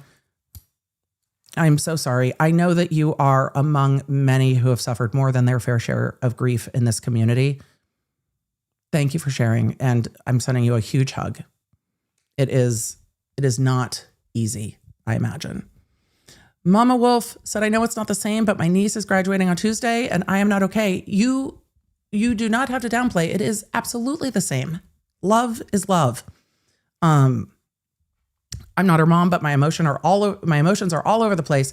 I know Travis will do amazing. Happy birthday. Look, I feel the same way about my nephews, my nieces and nephews by choice. Love is love. And that complex, like, pride and where does the time go and all of it mixed up together, it is a lot of emotions. So, all the emotions. Law nerds, I have all the emotions. I'm going to continue to have all the emotions. Oh, May is going to be all the things. I'm going to try not to cry once a stream. I'm really going to try. I don't know how we're going to do with that, but I'm just all of the feelings. But I'm going to keep talking about it because it's where I'm at. And that's one of the things we talk about and that we walk through. It's just, it's one of those things where it's a blessing to have all the feels, and I will take all these feels, but also it is a lot. And I'm very ADHD. So the whole, like, there are other projects I need to do, but all of a sudden, like, wallpapering my bathroom seems like a good idea. I'm there too. So I'm like, we need to do lots of logistical things. Also, maybe what we need is a distracting project. So I'm also fighting the urges to not start a project I can absolutely not complete. If my desk is in an entirely different spot when we stream again next week, you'll know that I have failed. No, I promise. We're not gonna start any new projects. Okay, there's a little bit of gardening, but that is ongoing. Not new, I swear. Lawnards, it is always a pleasure to spend the days in court with you and cover the documents with you, talk about life with you, and to spend our little time on this corner of the internet chatting and learning and sometimes having cookies. So for First International Lawnard Cookie Day, thank you for sharing it with me. For all of you that checked out our sponsor, Incogni, A, I thank them for a wonderful service, and B, I thank them for sponsoring our streams. They let me make really good choices, like playing Name That Tune on members only. And, copyright system roulette and just being like, it's going to be fine. Because it's going to be fine. So I appreciate it. And next week, a lot of you are like, Emily, what's on the docket next week? I'm not sure. We will see. There will be a podcast. I do not know if I will be able to record that with a BTS. Lawnards, I will do my best. I will keep you posted. But we will have a podcast on Monday. We will go from there. And then there will be some scheduling changes as we get into the weeks. But you know what is undeniable next week? You know what's undeniable next week? Corey Rich and sentencing. Corey Rich and sentencing is next week. So we're going to be in Utah for the full day on Wednesday. That's the day I'm just bringing all the Kleenex and we're just going to let the feels are going to feel. It's just going to be all the things. But Corey Rich and sentencing is going to be on Wednesday. So Lawnards, I will see you. Thank you for getting the Lawnard app. Stay tuned for all the things we have for you in the Lawnard shop. I'm sorry if you try to go to the Lawnard shop now and can't. It is, something new is coming. So you will have something new soon. Lawnards, have a good weekend. Take care of yourselves. Take care of each other. Thank you for being here. Thank you for being a Lawnard. You're the best. Deep breaths. We're going to get through May. We're going to do it together. Cheers, Lawnards. I'll see you soon. Thank you for joining me. Make sure you don't miss a live stream or any of the updates on the cases that you care about most with the Lawnard app at lawnardapp.com. It's a free download on iOS and Android, so I can keep you in the loop, because you never know when something's going to pop off. Thanks for being here, and thanks for being a Lawnard.